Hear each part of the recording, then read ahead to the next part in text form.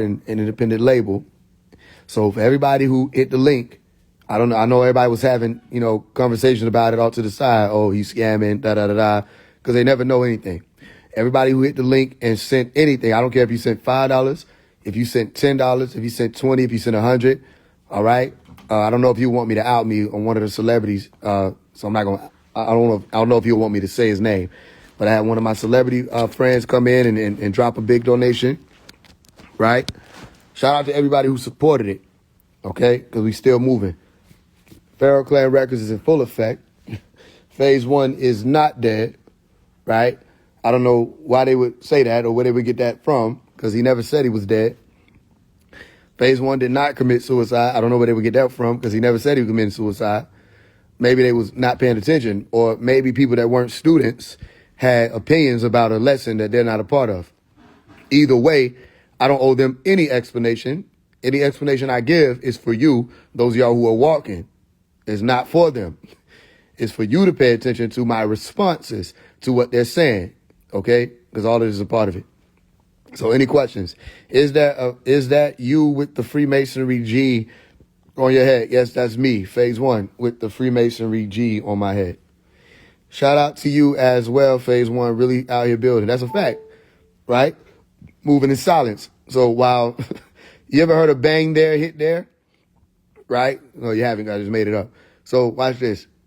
They see, Phase One, November 6th, 2025, the September 20th, 1998 to November 6th, 2025. They see that. They see the dove. They see the angel, right? Which is a whole other different science to it. Okay. And they think, okay, it's time to write him off. They think either he's down and out, he's depressed, or he's suicidal, all this other stuff. They're supposed to think that, because why are you thinking that?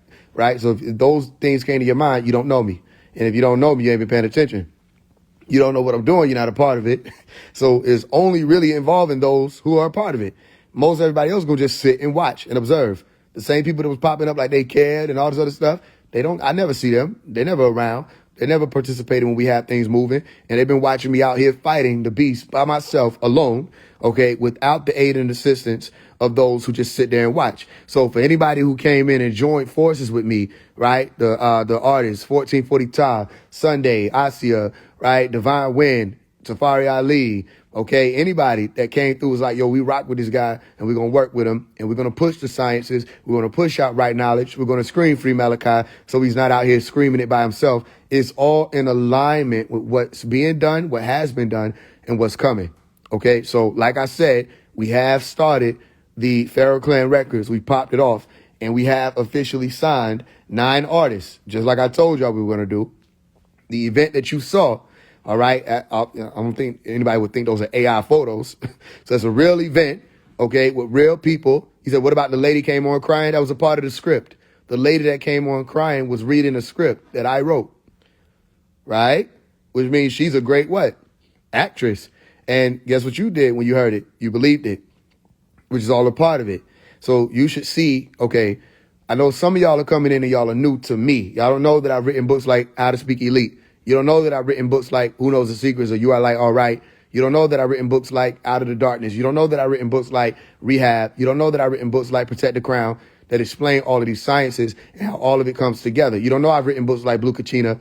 You know what I'm saying? So you just see some rapper that's out here talking about he's going to start a record label. You don't know me. If you pay more attention, okay, well, I say you show up on the lives, you watch the stories, you watch the posts, you read between the lines, and you don't believe anything, things will make more sense, okay? The sister was reading a script that I wrote, okay? But for you, it was a letter. So when you're reading a letter and thinking that somebody's passing on and the Phase One is not coming back and all this other stuff, you're thinking you're reading a suicide letter because of your assumptive close, okay? You have an assumptive close on what the reality is at that time. All right. Now, I know that may not be what the salesperson's assumptive close would be because I've done all the sales. So assumptive close and sales is a totally different thing. And the reception of magic, the assumptive close is saying whatever the parameters of the reality is you're observing is based on what you assume to be true or assume to be real. right? Go watch that Now You See Me, Now You Don't movie they just came out with. And they talked about the assumption. The assumption part of magic is very strong. The assumption part of magic or illusion is very vital. And if people don't assume certain things, then it won't work. So we have to think about all the different things that people will assume. So I'm showing you that I'm one of the elite. That's all I'm doing. It shouldn't be that difficult to understand. The elite have the ability to make things look like this and it's that. So while everybody's looking over there and say, what's going on with phase one? What was I doing? Preparing to sign the artist. So all the attention was off of the Pharaoh Clan thing, right? All the sabotage energy was not able to go there. And you know they didn't want us to sign the artist. So you have to understand there's magic taking place. A lot of witches and warlocks coming together. Okay. They're trying to put power behind their artists that are in the industry to get them to be more consistent and all of that. It's not going to work. Why do they need to do that? Well, for one, they don't have any key players anymore. A lot of the ones that used to be the key players, they lost power. They saw what happened to Drake. You know what I'm saying? They saw what happened to a lot of these artists, and the power that they used to have is gone. So now they're looking out and they seeing the 1440 ties working with Sunday, the Black Devil song. Black Devil is a thing that Dr. Malachi York pushed out that shut down a lot of the religious dogma that was associated with race, okay, and the devil and who God was, and the black man is God, white man is the devil, all of that. He shut down that illusion. So when they see those songs coming out, even the naysayers like, oh, they doing conscious music in 2025. Yeah, you forgot to mention that it's working. You forgot to mention that it's not corny. You forgot to mention that people want to hear it. You forgot to mention that it has that soul to it that people miss. So it's not just hip hop or 2025. You say that like hip hop was always real. MC Hammer, you know what I'm saying? Sugar Hill or whoever, the Rappers Delight. That wasn't always some real music. Everybody wasn't on the message. You know what I'm saying? Party people over here. So hip hop hasn't always been focused on or centered on progression of the consciousness of the people or the movement toward upheaval. It wasn't always that. So you don't know who you're talking to. Conscious music in 2025 is an understatement. No, we're making music that's getting people off of their ass. Okay, you can say spiritually, physically, mentally, however you want to do, however you want to say it. And the Nuwapians are the artists. That's another thing they're going to have to deal with. So 1440 Tot is a Nuwapian. Okay, Sunday is a Nuwapian. Asia is a Nuwapian. Phase One is a Nuwapian. The Northside Baby is a Nuwapian. Faralina is a Nuwapian. Soul Child Aya is a Nuwapian. Okay, Divine Wind is a Nuwapian. Safari Ali is a Nuwapian. So you got to deal with that. So when he comes forth and says, we're bringing 9 Nuwapians in as a council within itself is going to be having feet on the ground, right? Ground troopers coming in. This is all within the prophecy of what Dr. Malachi York said was happening and what was coming. And he was saying that it shouldn't just be you, phase one, out there, because if it's just you, they're going to try to isolate you. This is real life, by the way. Some of y'all heard the audio, so y'all know what I'm saying is true. He said they're going to try to isolate you, but make sure it's not just you. You see what I'm saying? When there's more of y'all, right? Oh, yeah, the brother E9. I see, I know E9 like, damn, because sometimes it's because it's 2 letters, nigga. That's why. Eternally 9, or a letter and a number, right? Eternally 9 is a Nuwapian. All right. I know. I was like, who? I forgot. Okay. Eternally 9 is a Nuwapian. So when they see us coming forth, we're doing exactly what Malachi York said was going to happen. You see? And he said they tried to stop hip hop because hip hop was too powerful. He said, but hip hop whipped their ass. He said, and now look at it. He said, all those guys out there need to be woke up. Okay. This is when artists, when I got my message from Pops, audio message, not no letter, you know what I mean? Not nothing written that people could have tampered with.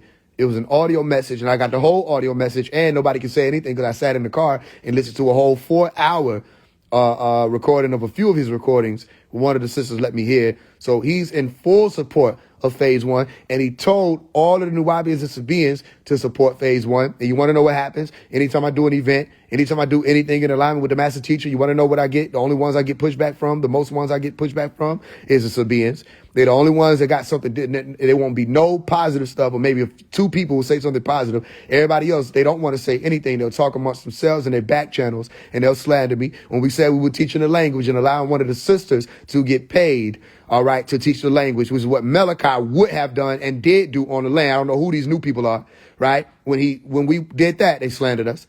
Say, oh, that's not how it should be. She should be getting paid. Da da da da whoop da whoop.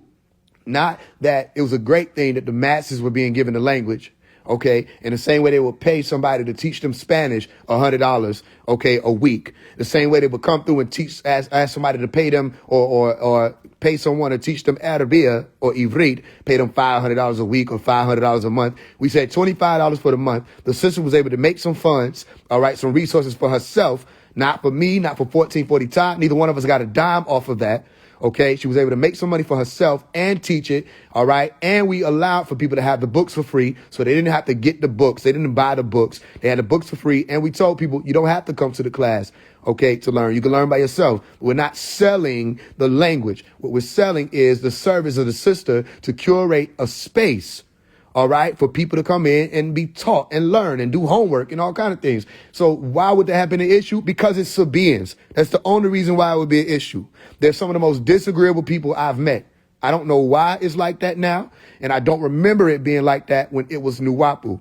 That's just my observation. Nobody could take that from me, that the Sabaeans are very dark and disagreeable. Not all of them, because a lot of them are still Nuwapians, and they still have that heart, and that soul is still there, and a lot of them get ostracized and isolated and put off to the side because they have questions about how things move, and some people get drunk with the positions that they have, and they get spoiled, all right, which is why you think that these people are working on Dr. Melakazi York coming home, but in all actuality, they got spoiled by their positions per Dr. Melakazi York, so they don't really want him to come home, because like he said, when I come out, they're no longer going to be the big cheese, so they don't want him out because he's going to enforce Nuwapu, is what he said.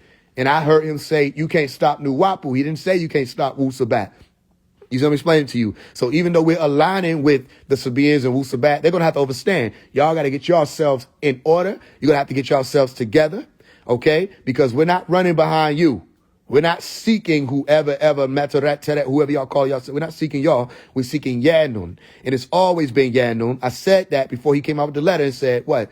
Truth is truth. Yeah, noon. We're not under you. And when I throw an event and I talk to the elders and I say to the elders, we want to do this event. Okay. I'm coming in, bringing in some Nuwapian artists. All right. We're going to have everybody come through and support your bookstore. This, that, and the third, which is what we're supposed to be doing. As a matter of fact, every Nuwapian, Sabaean, whatever, Ansari should be supporting the bookstores. It shouldn't be no situation where the sisters need to be figuring out how they're going to pay the rent. It shouldn't be no situation where the sisters need to be figuring out who's going to come in and support this week. It should be a normal thing. You know, you can always buy oils if you have all of the books. You know, you ain't read all of the books. So there's books that you don't have. So instead of going out to just get a nice fancy dinner or the clothes that you want or this video game that you want, why not support the family like we always did? So things are happening now that we never did. We never allowed for the sisters to go without. So any brother that was complaining about the sister making money for selling her services or being able to teach the language, you shouldn't be nowhere near the forefront. I would expect for the sisters to gossip about this type of stuff because that's just women. And a lot of times women do that. Not all women, but a lot of women will sit there and gossip about things and be jealous about women and their position and all of that stuff. I expect that. But a lot of the brothers, y'all didn't have anything to say. You see, because the sisters should have schools. And interestingly enough, Dr. Melakazi York just spoke on that where are the schools? Where are the places that the women and children can go to learn so that we don't have to be on the internet talking about we're going to sell the services of teaching the language? Where are the places that the sisters can actually go? And I'm not talking about 2 temples in Stone Mountain. I'm talking about where the schools at. All right. The safe schools, not some school or some temple that you're calling a school that 13 people show up for. That's in the middle of the hood, in the middle of all the gunfire, in the middle of all the danger, in the middle of all the Kafaroon or the outsiders, Kaffas, the Babylonians. Where's the place that we can go and be safe and protected? I show up at the bookstores and I show up at the temples, no security. You understand? The most secure thing we have is a brother sitting in the front with no firearm, no nothing, just sitting there. Where's the security? We always had security. We always had perimeter. We always had brothers with swords. You see what I'm saying? So what we get from the Sabaeans, brothers want to make jokes. Oh, why they got swords? Were they supposed to be Wu-Tang Clan? I asked them, I said, where's your sword? Why do you have something to say negative? Why do you turn it into a joke as opposed to paying attention to the fact that these brothers are standing tall? You see, again, people that got spoiled with their positions, they think what they say means something, even though their word has no value. Their word has no weight. Their word was they were caring about and wanted to fight for Dr. Melakazi York when I was 3 years old. These people have become elders now. And I've grown up and I realized that most of those people were faking the funk. So don't throw this administration word to me. Don't throw this who got a position thing to me. And when I look and read the doctrine, Dr. Malachi York says, oh, obviously a wife means nothing to them. Obviously a child of mine, a son of mine, a daughter of mine means nothing to them. He ain't talking about nobody. He's talking about the same people that y'all telling us to have to go through and talk to in order to make things happen. Well, how about this? When he put out the message and told all of the Sabaeans worldwide to be told to support me, he said London and every place. Only thing I haven't done is what? Release the audio. I still have the audio. So I'm just watching people and how they moving when he shouldn't have to say support Faise One. There should be no reason for him to have to say, why y'all not backing him? Y'all need to be backing him. He's helping to spin that message. He said all those people are being woken up out there in the hip hop world. He's reaching people. I have the audio. So I don't care who it is, whether it's Lightwave, and that's whatever he calls himself, Hayat Matwal, whoever it is. They're lying. Dr. Malachi York didn't just say put money into a music video. That's not what he said. And when I put it out there, because eventually it will be out there when the time comes, I want to see the look on everybody's faces. First of all, he shouldn't have had to say it, but once he said it, and it was said to the tribe that he said it, and it was put out there by somebody that was called Iris, that's supposed to be Attorney General, all of that, nobody made the moves. Why was it not big moves being made to do what he said do? Because y'all don't care what he says. So I don't care what you say. I talked to who mattered. And I went to the family who I knew wouldn't be disagreeable to me. And I said, we need to do this. Is it possible? Right? If we have this location and this, that, and the third. And I got in touch with elders. Okay, so I didn't get in touch with everybody, but I got in touch with the ones who I knew would be agreeable to me. And that's what their issue was. Oh, you need to go through this person. You need to go through that person. I said, respectfully, I'm not going through. I don't have to get permission from anybody. Respectfully, because the only permission I would need has already approved what I'm doing. You want to know what their response was? Oh, he approved you doing the music. This is something totally different. That's a lie. Wait till I drop the audio. Y'all gonna stop playing with me. That's a lie. He didn't say just support the music, and y'all ain't doing that. He said make sure everybody's on his website pumping up for him. He said and even if you don't like rap music, Tabitha, he said make sure y'all still backing him because you'll still be backing him. Even if you don't listen to the music. So why the fuck would I sit there and listen to y'all and y'all don't listen to what the general say? Y'all don't listen to what the chief says. He told y'all to live for it, by and of one another. All right, support one another, love one another, help one another, work with each other. Y'all don't listen. So I'm not bought over or sold by any of the look and the apparel or the apparent nature of what you think is a Nuwapi and a Sabaean. I'm not bought over by that. I grew up in this. I saw real miracles. I beheld it. I listened to his tone since before I came out of the womb. He told y'all we would be being genetically activated. You're not dealing with somebody who tried to break off and do his own thing when Pops got locked up. I was 3 years old. The only thing that I was doing was trying to figure out your morphemes and phonemes and how to speak your languages out here in the world, or Nuwapic, and listening to the tapes and getting birthday gifts of the books for my birthday because that's all I wanted. That's what I was doing. He ain't talking about me in the doctrine. He talking about y'all, the elders. When it comes to us, he said, my true students haven't even touched the books yet. That was me. He said a lot of y'all were faithful and not true. You see? So that's what I'm saying. So when we come out here and we got people coming and showing up and saying that they care and showing that they care and using their music to do that and this, that, and the third, right? Why would y'all have any? Why would there be anything negative to say at that point? Let's look at the images. Just look at it, right? That's another thing. You see, let me look at this image right here, right? Look at the image and that. Look at Omari. And if you know, you see the energy that's on him. Because you only see that energy in certain images, right? You only see that signature in certain images. And that's an off guard. I ain't say, all right, take this photo. You know who and what that is. No, I'm not saying I'm Malachi. I'm saying look at the image. Those who have eyes to see and look around, right? Look at the people. Let's look at another image, right? Everybody that was there that was able to experience it, you know what I'm talking about. This is real, okay? Look at this. Look at the brothers. Another off guard. We didn't say pose. The videographer and photographer came through and was just snapping. These brothers was out there on post, standing, ready. You see? But beyond all of that, just look at the brothers. Do it look like they here to play? Do it look like they here to try to teach one another and get the next person's woman? Do it look like they here to play games? Do it look like they're in competition, or do it look like they're in uniform? I'm not talking about what they're wearing. You can put your hand up under each of their chin to cover up what they're wearing and look at these beings and what they're showing up for. You see what I'm explaining to you? It's a serious thing. And that's what they're worried about. That's what they're concerned about. And you think you're seeing something now. Wait till we get them Ankh tweez.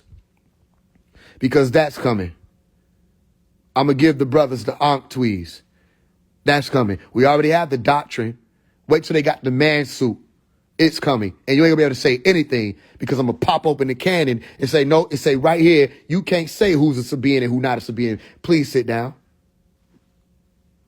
You see I'm explaining to you? They have the language, they're learning it. They're walking it, living the way of life. When they come around, everybody know you ain't doing this, this, that, and you are doing this, this, that. We living in accordance to, because why? Because you had time to show it was you. You had time to show it was you. And don't think that it's 5 people. Oh, it's a lot of brothers and a lot of sisters, but it's going to be more. There will be more. And we will be bringing Nuwapu directly to the world. Do not pass go. Do not collect $200. We're bringing it directly to the world. You see? And everybody will be able to move in Nuwapu. Everybody will, because guess what? I'll be able to explain what it is and exhibit what it is beyond what you just thinking I can say. Oh, everybody heard me on Clubhouse. Oh, Dr. I said, y'all not paying attention. This will come off of Clubhouse one day. It'll be way bigger than that. Look at this. Look at the image of look at the people, right? Look at the aura. You see the books back there. Anybody that had anything negative to say, they're not paying attention, right? Oh, a perception of you doing this can go left. Let me tell you why. Because it's me. Because if LifeWave go out there to the same environments and sell some herbs, ain't nobody gonna say nothing to him and didn't say anything to him. And it didn't have anything to do with the master. But if he go out there and sell his products, everybody's there supporting him, backing him, has nothing to do with Nuwapu. Right? And are they gonna talk about the fact that when it was time for him to get a message, Malachi didn't say anything about him. When y'all tried to bring him the fact that niggas was out here selling herbs, he's like, that's good. And he went straight to talking about how his wife has been talking to Malachi himself about eating healthy. He didn't give him no, what do you call it? What you would say, directives or anything, or no feedback, or it was none of that. I heard it. So what's all this, y'all, but when LifeWave and them do stuff, y'all back it and y'all support it. Right? There's no negative anything. And it has absolutely nothing to do with the master. Y'all try to play and kick it, but I got DMs of niggas asking me if they can work with me. I got a plan. We can make $30,000. We can make $100,000. It has something to do with money, right? And herbs and products and beefing with other niggas like Sabi's son and them, Victor them. And I'm like, I don't have nothing to do with that. We're supposed to be pushing for Dr. Malachi York's name to be clear. Pushing Nuwapu out here to the people, but these people more focused on capital. But y'all support the capital ones or the capitalizers. You with me? So anybody that had anything negative to say, again, look at the image. You see that? These are the brothers. And these brothers stay with one another. Okay? They're not in competition. They walk with, talk with, work with one another. And they know it ain't about me. That's another thing. So anybody try to say he's making it about him, you don't know what you're saying. Everybody that's around knows it's about Dr. Malachi York. Look at the Sister Sunday when she was signing hers. Look at the brother standing. We standing on posts. It's not no small thing. Everybody knows this is about the master. Look at the energy. And look who image you see back there. So it's like, why would there be something negative said? You see? There'd be no reason. And if somebody's telling me, oh, well, the perception of what y'all are doing can go left real quick. I said, well, Nuwapians would do well to stop relying on perception. That's how y'all keep getting duped. The statement is, the question is, can you fool a Nuwapian? And it's supposed to be no, not nowadays. So anybody saying Nuwapians can be fooled, you're not talking about a Nuwapian. Because Nuwapians don't believe anything. So if you got a perception of what I'm doing, only thing you could say is what? I'm trying to be the master. That's the only thing you could say. And then the question would be, why would you say that? Because let's say I was. This is what they don't know, right? That there's a whole other science to even that statement. Let's say I was trying to be Dr. Melakazi York. Why is that a bad thing? Why would that be a bad thing? I'm not trying to be Youngboy. I'm not trying to be Jeezy. I'm not trying to be none of these destructive rappers. I'm not trying to be Billy Carson. I'm not trying to be 19 Keys. I'm not trying to be makeshift teachers. If I was aiming to be like Dr. Melakazi York, why the fuck would that be a problem? You see what I'm explaining to you? No, I told y'all I had the dream, the vision when I was 7 years old, and I met Dr. Melakazi York in my dream. And I said, Master Teacher, which is what I called him at the time. I said, the Master Teacher, Master Teacher. And he was walking from behind my grandmama's house. I saw him in all white doing the little pimp walk, right? I said, the Master Teacher. He said, Rahubad. I said, I want to be just like you. He said, no, you don't. He said, you want to be like you.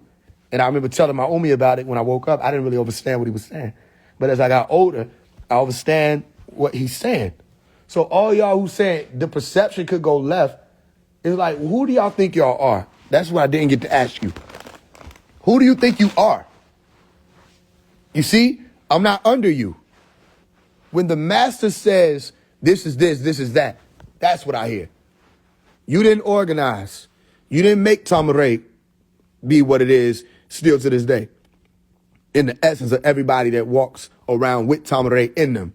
You didn't give us the language. You didn't give us the culture. You didn't give us the right knowledge. You didn't give us the formula. The formula is the most lethal thing because you see, they can't do shit with me out here because of the formula I was given. Niggas think they know something and they meet me, huh? But that's because of the formula and the blueprint I was given. Oh, yeah. So, again, why would I be listening to you? No, this is what we're going to do. We're going to show you that I'm not anti-Wu Sabat. I'm not anti-Wu Nuwap. I grew up in it. I'm not anti-Sabians. I'm not anti-Dr. Melakazi York or anything. So anything other than that, I don't know what you're talking about. We're living the life. And we're going to show you what that actually looks like. So if you're ready and you're so on point and you got all this doctrine and all this stuff, all right, you better be ready. I told y'all the last thing you want me to do is put my hand on the doctrine. I'm like the meteor man. You know what I'm saying? As soon as I pick up the book, you know what's happening. Okay? Or that movie that I told y'all to watch, Phenomenon, with George Malley, the character George Malley, right? After he saw the true light that night, and then he touched books and immediately he know what's in it. Yeah, I've been touching the doctrine. Here's what I'm going to tell y'all. Y'all think y'all seeing something now? Watch till June of next year. Wait till June of next year. What's coming next is the Ankh Tweez, right? The symbols. We're going to have the symbols. Don't worry, that Masonic symbol that everybody keep getting stressed out about, that ain't going to be there forever. When you see me using that, it's me speaking of an operative level. Not a speculative level, an operative level. The operative is doing works with his hands, making things happen, okay? But I know you ain't going to understand it because you're like, what is the difference? I'm like explaining it to people and they still missing it. You see? So there are other things you haven't seen yet also, which is, you know, I could speak on it, but I'm not going to say too much because I don't have to. All right, cool. Another thing you saw in one of the images is what? Me holding a bag. And the bag says foolproof method, if you're paying attention. But if you're just scrolling and moving fast, that, you know, will slide right past you. Now, how many people in here think they have an understanding of why I'm holding a bag with the word foolproof method or words foolproof method on it? Anybody have an understanding of that?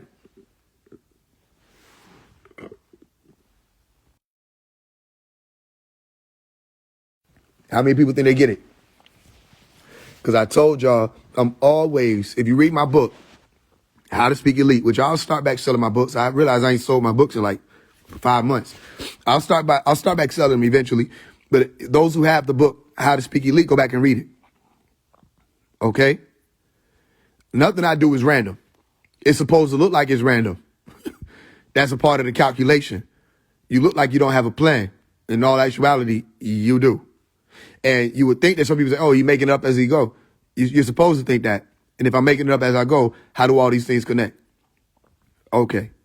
So the foolproof method, Willie Lynch letter. If you remember, the Willie Lynch letter, he was explaining, in my bag here, right, I have a foolproof method. Okay? Well, what was he speaking about? He was speaking about how to control the slaves. This was something that was supposed to have been written by a character or a congregation that was referred to as Willie Lynch, that was explaining how to keep melanin dominant people, as you call blacks or colors or Negroes, right, in slavery for 300 plus years, right? Meaning more than 300 years, which 2012 would have been the 300th year, wouldn't have been. All right. So it's been more than 300 years, but it was explaining about categorizing. This is where you get the Rashad Jamals with the rhetoric of the house Negro and all this other stuff. Most of the time, they don't even know where it's coming from because they're regurgitating what people like Malcolm X is saying, not knowing where that's coming from. Right. So a lot of it came from what they said was a letter that came out in 1712. OK, explaining how to keep people enslaved. All right. The word that he used was not F-U-L-L, full, complete, totus, and holy. All right. Depending on which variation of the word you wanted to look at or which translation of the word you wanted to look at. Because if I say holy, he's saying complete and whole or full. All right. Or perfect or perfected. Or totus would be also full or complete. OK. So he wasn't saying F-U-L-L. He was saying F-O-L or F-O-O-L, full. All right. Foolproof method, meaning this is going to work. OK. It's foolproof. All right. So if I put the word F-U-L-L there, automatically your senses need to be activated to say, pay attention. OK. So I'm wearing the blue suit. I'm wearing the Masonic emblem. All right. And you see everybody else around me. They have on the red. The red what? The red hats, which is why I told y'all to pay attention when Trump comes out as a Republican with the MAGA hat and everybody gets afraid of and what do you call it? Triggered by the MAGA hat. And I say, they don't know how to read. Some of us know how to read. Ye knows how to read, but they call Ye crazy, right? And because I know how to read, I'm telling y'all now, they're going to call me crazy. They're going to say I'm making up stuff. They're going to say all the stuff they say about all the elite that attempt to show them the way. Don't matter, because those of y'all who pay attention, you will see the way. Let me tell you something else. If you were paying attention, you would have never thought I committed suicide. If you were paying attention, you would have never thought I was actually dead. If you're paying attention, if you're not paying attention, then you're going to have every opinion and you're not going to know what's actually moving. Okay. And that's why I'm telling y'all, why do you think your opinion matters? If your opinion mattered, why ain't stopped when it was Clubhouse?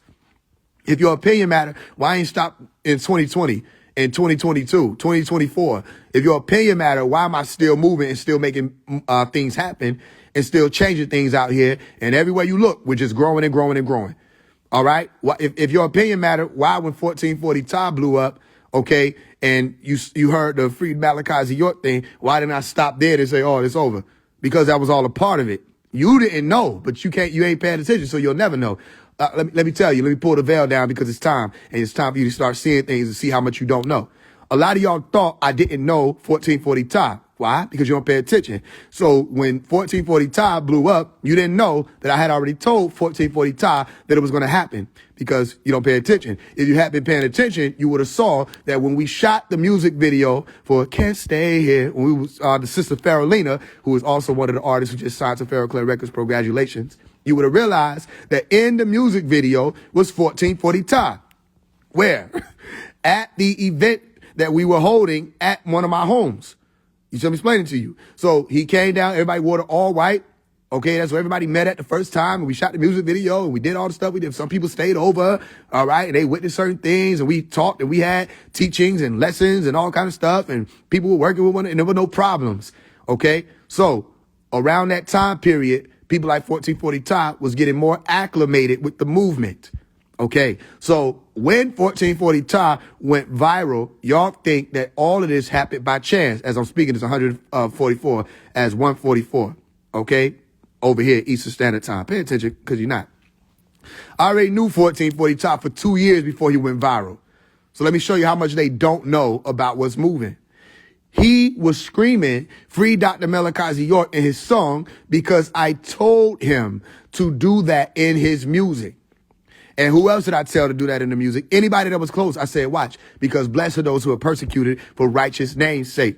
All right. Righteous name's sake is another way of saying righteousness sake. Let me show y'all how much they don't know. Okay. Melchizedek, Melchizedek, Melchi is saying a messenger.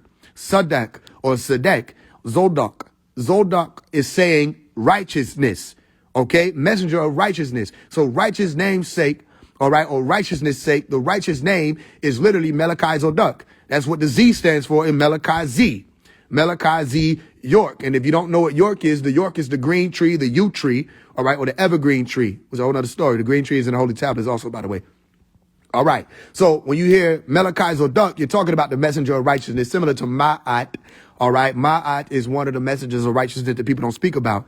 Okay, because she brings a message of truth and righteousness and justice and balance and order specifically. So anytime you talk about order, all right, it's tying all the way back to Ma'at that everybody has to deal with when they actually physically, as you call it, die. Stay with me. So 1440 Ta, all right, or Ta, as we were calling him before a lot of this happened, right? Ta had his role too in it. And you wouldn't know what the role is because you don't have anything to do with what's happening behind the scenes. Let me show you. When we make the song Ouija board, first of all, if you were paying attention, let me say it like this, like I put in, I think in the Blue Kachina book, actively paying attention, not just paying attention, right? If you were paying attention, he said even the Ouija board teaching came from Faise One. Remember they were saying all that shit. Oh, you try to take his shine, right? And remember I had to say on the live, I said, Ta, we got to do this another way. Right? Because the people weren't ready. They were ready to be fans. They weren't ready to pay attention to the plans. So I said, Ta, we got to go a different way. I'm going to have to step back a little bit. Okay. But if you paid attention to my rhetoric, even in the Ouija song, okay. So did you know your phone was a Ouija? That's a teaching of Faise One. The phone is a Ouija board. You don't know what you're talking about. He even said, I got that from Faise One. Y'all hate Faise, but I learned everything I got came from Faise One or Malachi. And I learned about Malachi from Faise One. They still weren't listening because they wanted to work their own move and see their own illusion, which is why a lot of them have gone away and they didn't stay the course and they won't stay the course for what's coming. So be ready, everybody, especially those of y'all who are aligning with Pharaoh clans, to keep moving like Yanun and get that lesson of what that means, to be more unseen than seen. Okay, you have to understand what sleight of hand is really for. The elite know it. Go back and read How to Speak Elite. You're going to get it, and you need to get it from a whole. I'm telling you, if you haven't read it in a while, it's going to hit different now. Okay, so stay with me. In the Ouija board song, I say, or did you think that this shit was coincidence? I literally said it in the song. Did you think that this shit was coincidence? You don't know the power that sit in my hand. Everything was written by Faise One. You go back to SoundCloud, all right, and you will see one of my mixtapes was called Letters from a Watcher. And before I ever did the big letters, I was doing letters, all right, back when I was 14, 13, 15 years old, around that age, okay, before I ever got out of high school. As a matter of fact, if you really been paying attention, you would know Pharaoh Clan isn't something new, is it? Pharaoh Clan was a plan that I had when I was 14 years old. And I told all of the Pharaoh Clan members, who some people may be here now, all right, so y'all vouch for it. If you're not here and you weren't there, you'll be able to go to Faise One Productions on YouTube and type in the words Amen, A-M-E-N, Amun, A-M-U-N, okay, which means hidden or unseen. Stay with me if you can, all right? And even then, I was explaining to people that there's a plan, okay? And I told Pharaoh Clan what we were going to be doing. I told them that woke, as we know it, was going to be infiltrated and taken over, and that I was going to come out after that happened and show everybody what it was about. You'll see me with the big ass Unk on. You'll see me with the Nuwaubian Nation, or the United Nuwaubian Nation of Moors flag. All right. You will see all of that in the music video. Amen. Amen. You will see the brothers surrounded by green. They throwing up the pyramid. Me explaining about the pyramid not being demonic. All of that's the Pharaoh Clan teaching.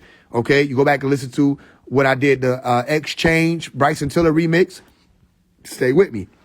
In a song called Vision with the Purple Light. So all of this was happening when I was 15, 14, 13 years old, around that age, when I got the name Faise One, and I went into high school and I started to teach the 9th graders that were around me, 10th graders around me, and 11th graders and 12th graders that were around me. Okay. A lot of people attended my classes that were not just 9th graders, all the way up to 12th graders. Even the teachers was in there learning and asking questions. And you see that when you look up 16-year-old what? Mason, right? It'll pop up and you're going to see me as a 16-year-old wearing the United Nubian Nation of Moors flag, okay, with the blue Oreo jacket. Oreo as in what? The black and white, the Mason. Come on now, stay with me if you can. All right, the blue Oreo jacket and the purple tie. Stay with me if you can. And I was explaining all of that, and one of the brothers posted it up. I didn't even tell them to post it up. And that was a video that was only 6 minutes long and some change. How long? 6:07, 6 minutes and 7 seconds. Stay with me if you can. Which is 13. Stay with me if you can. Which is the letter B. Stay with me if you're able to. All right. Which all this is calculated and written a certain way. Remember, I told you letters from a watcher, and you look at the cover and you'll see that I had a pen in my hand. Stay with me if you can. So that video went viral. I didn't make it go viral, but did I? You don't know the power that sit in my hand, right? When I say you don't know the power that sit in my hand, the power that sit in my hand is my pen, okay, and my pencil. And I was taught this as a child. This isn't something new. I was taught alchemy as a child. Say, listen, you can make anything happen. All you have to understand is the fundamentals and the elementals. All right. Same reason why you went to elementary school, to get the basics. Once you understand the basics of how a thing works, okay, you can make anything happen with that thing. If you don't understand the basics, then you run a risk of not being able to know what's happening. Stay with me if you can. So the Ouija song was me literally telling y'all in plain sight, you think I just met Ty. Without telling you, you think I just met Ty. So I let everybody say, oh, you just found out about this person. Now you're trying to ride off his and said da. And I told Ty, I said, okay, here's how we're going to run it. You don't know me. You just met me. You just found out who I was online. I don't know you. I saw you when you went viral, and I had to support you because you were screaming free Malachi Z. York, because they stupid. And they want to be stupid because they attacking me, not even knowing that all of this is my work. So he said, okay, bet. And we said, hut. And then we went. All right. And he kept doing his thing, dollar, he dropped his songs. And I did my thing over for a while, and let that disagreeable energy fizzle out. And then you start seeing me pop up a little more. And a little more, and on the live, and a little more. And now it's like, oh, 1440 Ty signed to Pharaoh Clay Records. Yeah, not 1440 Ty signed to QC, not 1440 Ty signed to Sony, not 1440 Ty signed. So why do you think 1440 Ty signed with Pharaoh Clay Records? Because that was all a part of the plan. But see, the thing is, they listening now. They're like, oh, we got them figured out. But let me tell you something.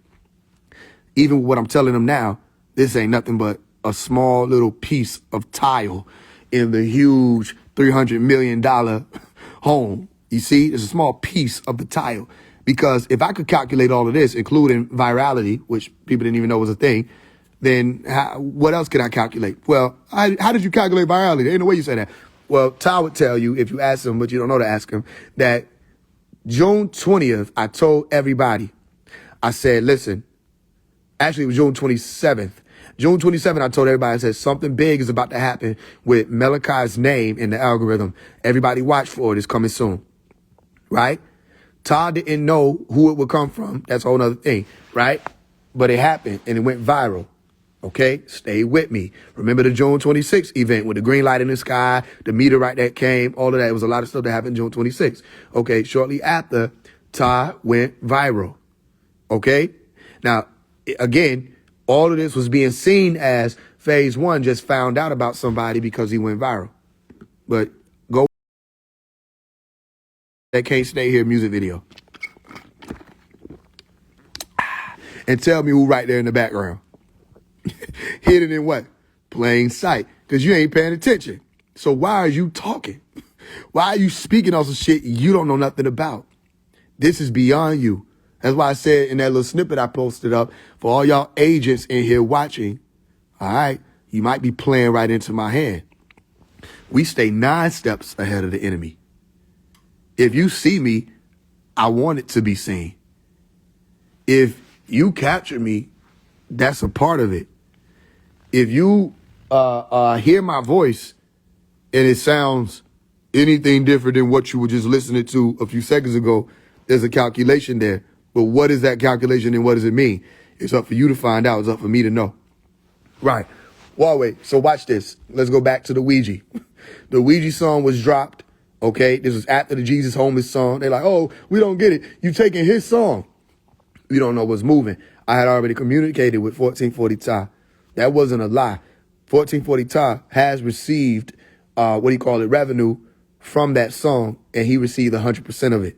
So I don't know anybody that would have done that, for one, which I don't care about how y'all do things. But I told him they should have immediately set his stuff up for him to make funds from it, because that was a viral song that he would have been able to partner that with the GoFundMe. Y'all weren't listening. He said, Faise One told me to start the GoFundMe, because everybody was so busy trying to capitalize off of his motion at that time.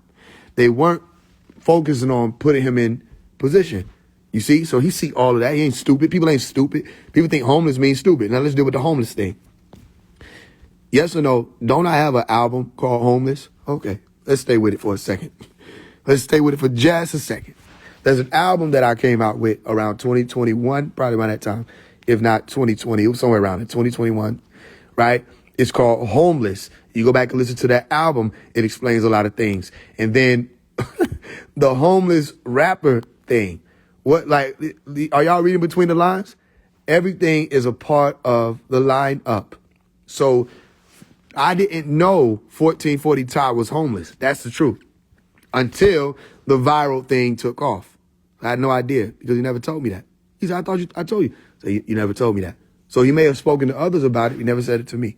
He came to the gatherings and all of that. I never thought that he was homeless, never was told he was homeless. So when that took place, I said, I understand that. And I knew what that was about and why that happened that way. Y'all with me so far? I hope I ain't losing nobody, because it's all going to line up with the foolproof method. Okay. So, yeah, I didn't know that. I had no idea. So when people started to DM 1440 Ty, you want to know what he was doing? He was checking in with me. He said, yo, you know this person? Like, yeah, I know them. They got a problem with this, that, and the third. And after a while, it started getting so many people started coming to him. I said, look, this is what you do. When they hit you up, speak on, like, mention me. It's the reason why I told him that. I said, look, when they hit you up, mention me and see what they do. And he said, every time I mention your name, they stop messaging me. I said, there you go. That's going to keep you protected. Like, ask them about me or tell them to talk to me. And that's when the conversation going to end. Euro got it, all of y'all. Yeah, he bring up my name, and I was like, yeah, I would love to work with bro. No, you wouldn't, because you blocked me in 2020 because I was speaking on the same things as y'all trying to run from. So y'all try to associate yourselves with people that you think going to be more commercial and less threatening to your brand, okay? And that's another thing I said. Anytime people reach out to y'all, just tell them, check in with Faise One. So all the people that was doing that already, you notice that y'all are the ones who are aligned with being the artists of Pharaoh Clan Records, because it's a whole different way that we doing this thing. And they wanted to take advantage of Ty. They wanted to take advantage of a lot of people, and I didn't let them. That's another reason why they got an issue. And a lot of that will be spoken of, and we had to go about that certain way. So far, you seeing why they don't know what's moving. And even with what I just said, they still ain't going to pick up on what I just said. So you thought 1440 Ty was some random person that I found out about because he went viral, because you don't know what's going on. No, all of this was the work that I was telling them was coming. Now, Pharaoh Clan Records signing 9 artists is not some random occurrence. So when you're dealing with, who remember Yu-Gi-Oh? How many people remember Yu-Gi-Oh? Because Yu-Gi-Oh was some shit that we grew up on.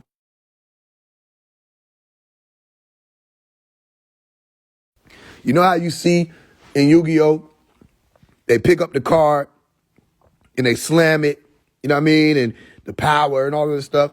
But you realize that the dragons and the demons or the gods and Exotica, all the rest of them beings, be in the shadows, right? Okay, that's what you would call spiritual warfare.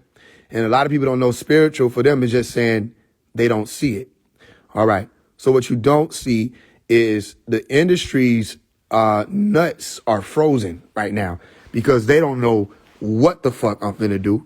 All they know is they did everything they could to stop this from happening. They did everything they could to stop Faise One, Pharaoh Clan Records, all right, from coming forth, me and my Omi, from coming forth and being able, Zodia, being able to sign the artist that we just signed. So now we have done it. So you know something's been sealed. You know something has been undone. You know there were people that were around that became, traitors, that were telling people don't sign anything because you don't know what it is and it could be dangerous and all that other stuff. It was people literally around whispering, saying don't sign, da-da-da-da. And they started to do this, slander thing. And it was so much happening at one time that I saw what was moving. Their whole goal was to attempt to stop The signing. Why? Why would they want to stop the signing? Well, let's talk about it. Y'all may not know the power that sits in y'all hands. When Sunday comes out with the song, We Have the Pen Now, right? What you may not be seeing or hearing is when you get to that part where she says, Malachi is getting out, the fuck is they talking about? Malachi is getting out, the fuck is they talking about? You hear a chorus, right? You might hear a hook, right? You want to know what I hear? Chanting. And when you have the ability to, and we will have people chanting that. When you have the ability to have people chanting that, Malachi is getting out, all right? It's like when the authority figure that's out here in the world is attempting to get people to move a certain way, and then one person starts this chant in the crowd. And they're like, fuck that, fuck that, fuck that. And you can't overpower the people. Once the people get to chanting, ain't nothing you can do. So when she's saying it like that, and you hearing it, and you hearing the trumpets and the beat that she coming with, the beat sound like drill, not drill how you hear like out here with the killing and murder. I mean drill as in military. And you seeing a sister coming, y'all ain't paying attention. You see a sister, I don't think y'all hear me. You see a sister, I don't know if people hear. It's just, okay, it's just me in here. You see a sister coming out here with the afro. I don't know if y'all listening. Big afro, all right, fist in the air through her words. And you hear the militant sound behind it. You know what spirit that is. They haven't seen that spirit since Black Panthers. So what was able to activate that again? You see? And she coming out and say, Malachi is getting out. The fuck is they talking about? And she walking toward the screen. That ain't just no, you know what I mean? Even when she make the songs and she said, you know, we can, I don't know want to fuck up her lyrics, but she was like, we can do something. We can something pop off without showing body, some shit like that. Y'all know, my bad Sunday. You know what I mean? When she did that, that was another powerful thing because it's making a statement. And you want to know what people are seeing? They're seeing something that's attractive to them. You want to know how? You look at the comment, they like, man, we like this lady, or what's up with her afro? How you do the afro? Everybody asks a question about the fro. You want to know what happens and what they're gonna be afraid about? Sunday is gonna get bigger. Let me tell you the prophecy. Well, I don't want to say it like that. Let me tell you what's gonna happen before it happens. Sunday's gonna get bigger, right? And her what do you call fan base is gonna grow exponentially. And you want to know what the young ladies is gonna want to do? They're gonna want to have their hair out in the fro, and they're gonna be asking her, "What do you do to take care of your hair?" And she's going to explain to them how simple it is. So all of this media of it's too hard to take care of your hair, that's not true. You see what I'm saying? As a matter of fact, naturals or afro, which I had, is very easy to take care of, especially after you wet it and moisturize it. I had an afro for most of my life, okay? Until I can't say most of my life, most of my childhood. I turned 11, or 12, that's when I really did my locks, around 11, 12. Okay, so wetting your hair, moisturizing your hair, oiling it, combing it, that wasn't hard. Okay, nobody said you got to comb your hair when it's dry, for one. you know what I'm saying? But moisturizing your hair, even if you did, it's not the hardest thing to do. It just take a little time. Okay, it actually takes more money and resources and time to get you a lace front. You ever seen somebody sit there for 16 hours? And I didn't know that was a real thing. All right. That's a real thing. Sit there for 11, 12, 13, 14, 15, 16 hours, getting micro braids put in and all that stuff. It takes more to maintain hair that's not naturally yours. So that's a lie. So when she gets to explaining to people how simple it is and how easy it is to take, that's a real thing. You talk to some of the sisters in here, they'll tell you. They'll sit there for over half a day getting their hair done. You see what I'm saying? Spend, $300, $400, $500 sometimes. You see, my mate just got braids literally 16 hours. I'm not making nothing up. Okay? Yeah. It don't take no 16 hours. 30 minutes tops. Okay? To comb through, moisturize, and maintain your afro for the day. Tops. You see what I'm explaining to you? So, guess what the sisters gonna be rocking? They naturals. When Brother Tafari comes out with the On My Feet song and he's telling the sisters, let your crown out, right? So their market is going to be in trouble because you're going to have a beautiful melanin dominant woman and women out here with their natural hair, not rocking. No disrespect to the sisters who rock their weaves. Y'all know I fuck with y'all. If you listen to my music, you know I fuck with you regardless. When you go listen to the woman song that I put on the Blood of the Lamb album, I rock with y'all with the weave, with the press, the eyelashes, all of that. It's just, y'all are going to see very soon that we rock with you natural. Simple. And don't let them kick it either. I like to switch it up. You can switch it up with natural hair. That's another, no disrespect to the sisters that be saying that. But, you know, this is me you talking to, okay? You can switch it up. I've watched my sisters, her whole life. My sister, older sister, switched it up. Okay, she had natural hair. All right, I met a sister when I was in high school. Okay, she literally switched her hair up every time she got an opportunity to, and she had dreadlocks, as you call it, or locks. So all that, I want to switch it up sometimes, even when it comes to the color. There are literal natural dyes or hair dyes you can use. You don't even have to use the bleaching that they use. And you can still, you know, I don't know if it's called henna or something else like that. It wasn't henna. Maybe it was. Who knows what it's called? Y'all can put something in the chat. But, yeah, henna. They had the henna dye, right? That's the hair dye, right?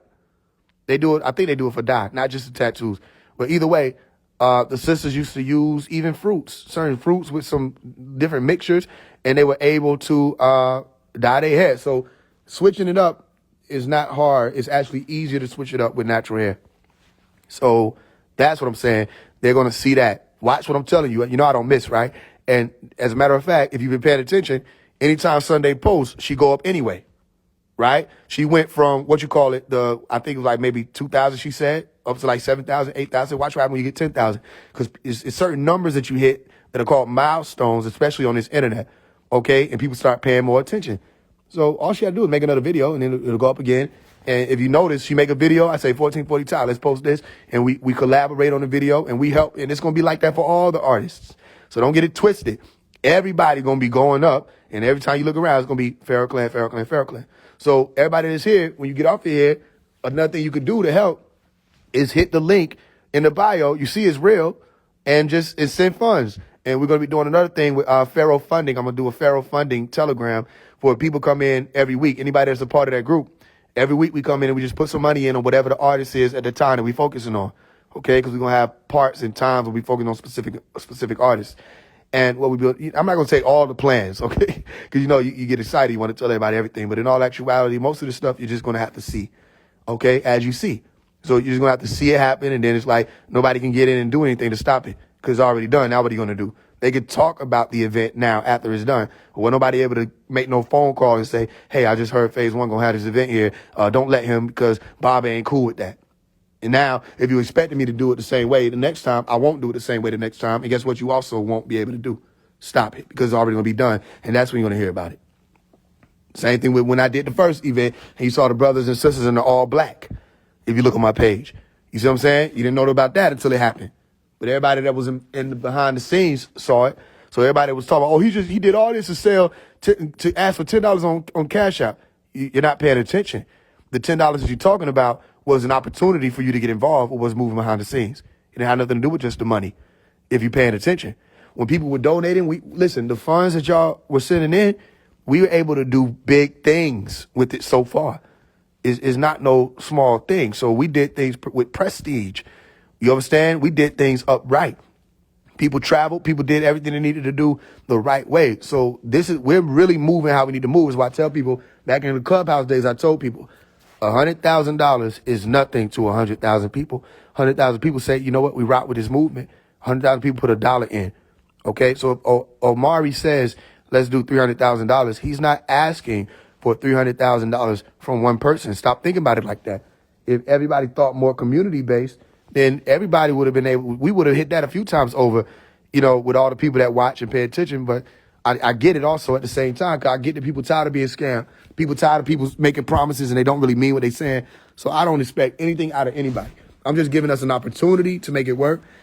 And if everybody that's on the outside was like, yo, man, this nigga scamming, we don't want nothing to do with it, then we would just be responsible on the inside of just making it happen. And y'all know me, I made it happen with not a lot. I didn't have a lot. So when it came time to shoot music videos, a lot of people had stuff to say about the music videos and the quality and all of that. But I didn't have a lot of money. When I said, all right, fine, the letter we're cooking with Kaya, we're going to do it differently this time. We're going to make sure it's bigger. Maybe we can do a live with her, all of that. Let's raise $5,000. Remember what they were saying then? They're like, oh, music video don't cost $5,000. You scamming. I'm like, okay, I don't get it. Which one is it?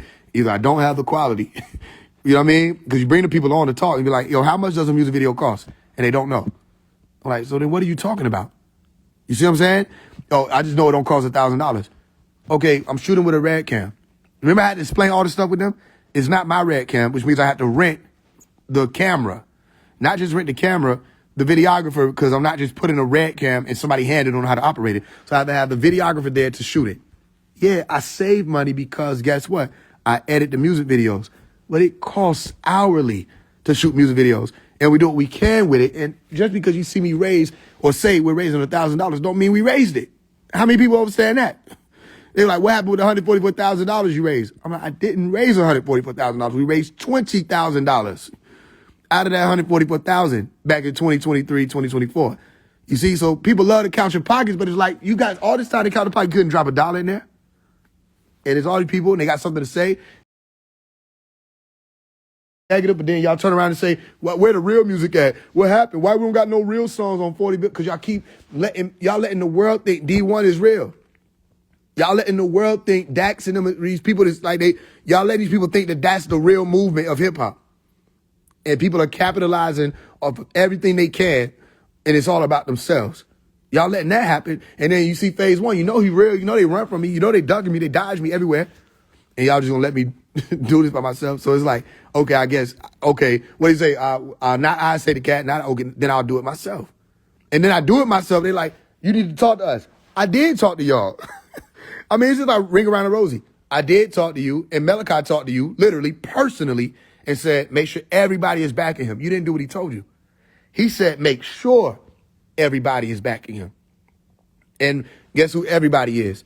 You look through the comments, just scroll and tell me any Nafar Tat, Nat Tat, Elatat, Rempet, anybody, look for Amun, this, that, that. I'm not seeing any of that. You see? Do you see any of the Sabians with their Renantat or names or Renanat? Any of the names of the Sabians and the Wapians? Anybody in here? No, they're not in here. And if they are they in the comments? No. All right, go look on this post when you get off of here and see if you see the family of mine, the Nuwapians and Sabians with the Unks and the Anktuis and all of that. You see them? No. But if you went to Lightweight page, guess what you see? All Nuwapians, all Sabians, they love everything you're doing. And then you look through the page, say, what does this have? Any of this have to do with Malachi, his freedom, and any of that? No. But it's always about, I'm healing my people. You're selling herbs. You see what I'm saying? Not posting for people to know where to go get the shit or what to do to make them sell. Like, you're selling the herbs. It's a business. And if you're not making your money, then what are you doing? So that's what it is. But they'll support that. But do you see them supporting the one he literally said, make sure everybody's pumping up for him and backing him? You know what backing means? Because he explained it further. He said, when the artists back in our time, and I only know this because he said it. This is how you know I know. This is how you know he said it also. He said the artists back in our time would come out, we would go and buy 3 CDs. He said anytime they dropped the album or anything, he said we go and buy 3 copies. Everybody went and bought 3 copies. You see? He was literally saying that. He said that's how them other people do it. Y'all know what I'm talking about. He said that's how them other people do it. When their artists do this, that, and third, all of them invest back into their artists. You see? Well, when Faise One is out here pushing Nuwapu, I have to come to the ones who they would call the Gentiles or the ones who are outside of the tribe, right? And this is why we say we have a different fold, okay? The book of John, chapter 10, verse 16. Not just the ones who was around calling themselves the tribe of Judah or any of that. What about the ones who are on the outside who we have to come to and spread this message to, as you call the gospel, the good news to?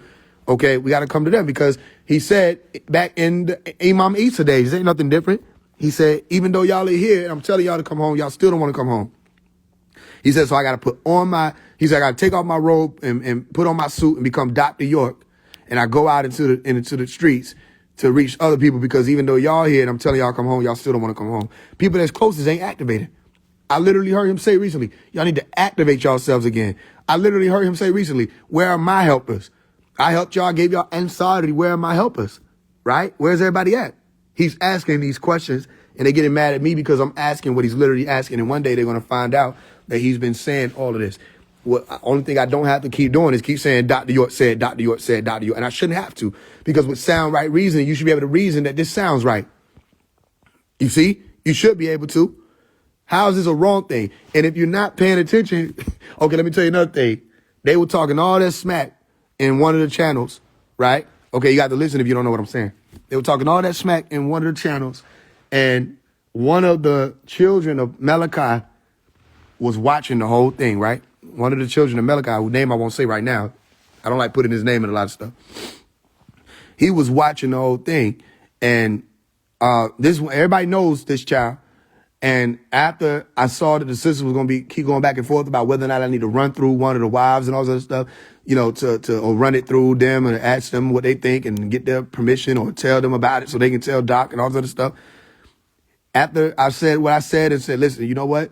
How about this? You talk to the master. You tell him what's going on. The motion ain't going to stop. After I said that, then the brother was like, yo, it was a beautiful event. Thank you for the invite. Because I invited him. So they were spending all that time talking about, I ain't tell nobody, da, da, da, da. And I responded, I said, clearly I told some people, I just didn't tell everybody.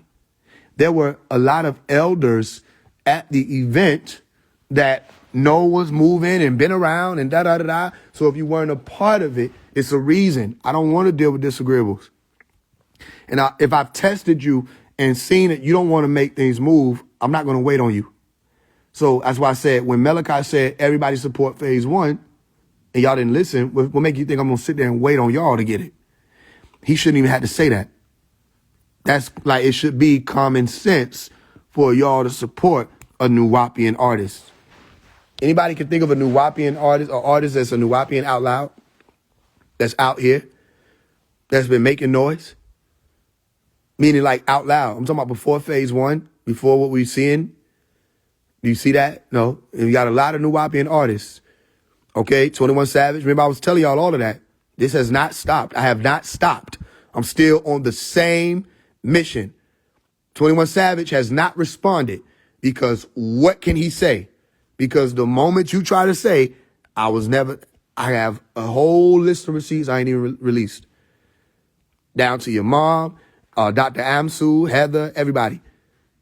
We got pictures. We got photos of y'all on the land. We got photos of your mother on the land in the crowd. Like, what are you talking about? So, yes, you were. You see? So, what happened with 21 Savage? And you know he heard his own letter, but he ain't going to say nothing. Because everybody's scared and embarrassed and all this other stuff. That's not me. I have what you call valor and courage. This is a war. So, you can say whatever you want to say. I've been slandered. I've been reviled. I just got slandered recently.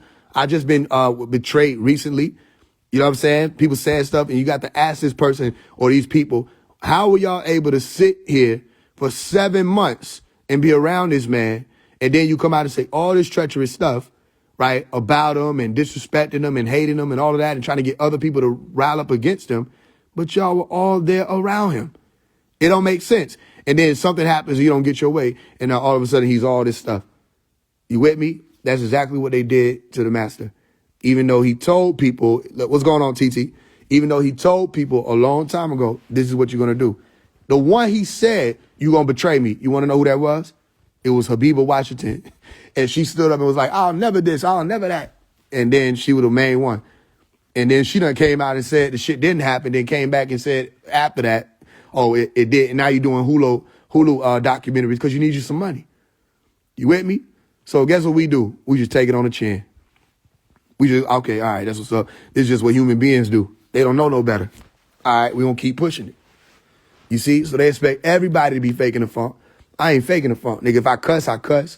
If I tell you I ain't going to the strip club, I ain't going to the strip club. If I say, if I wanted to have some type of party or anything like that, I'm bringing the shit to me, I'm bringing the shit to me.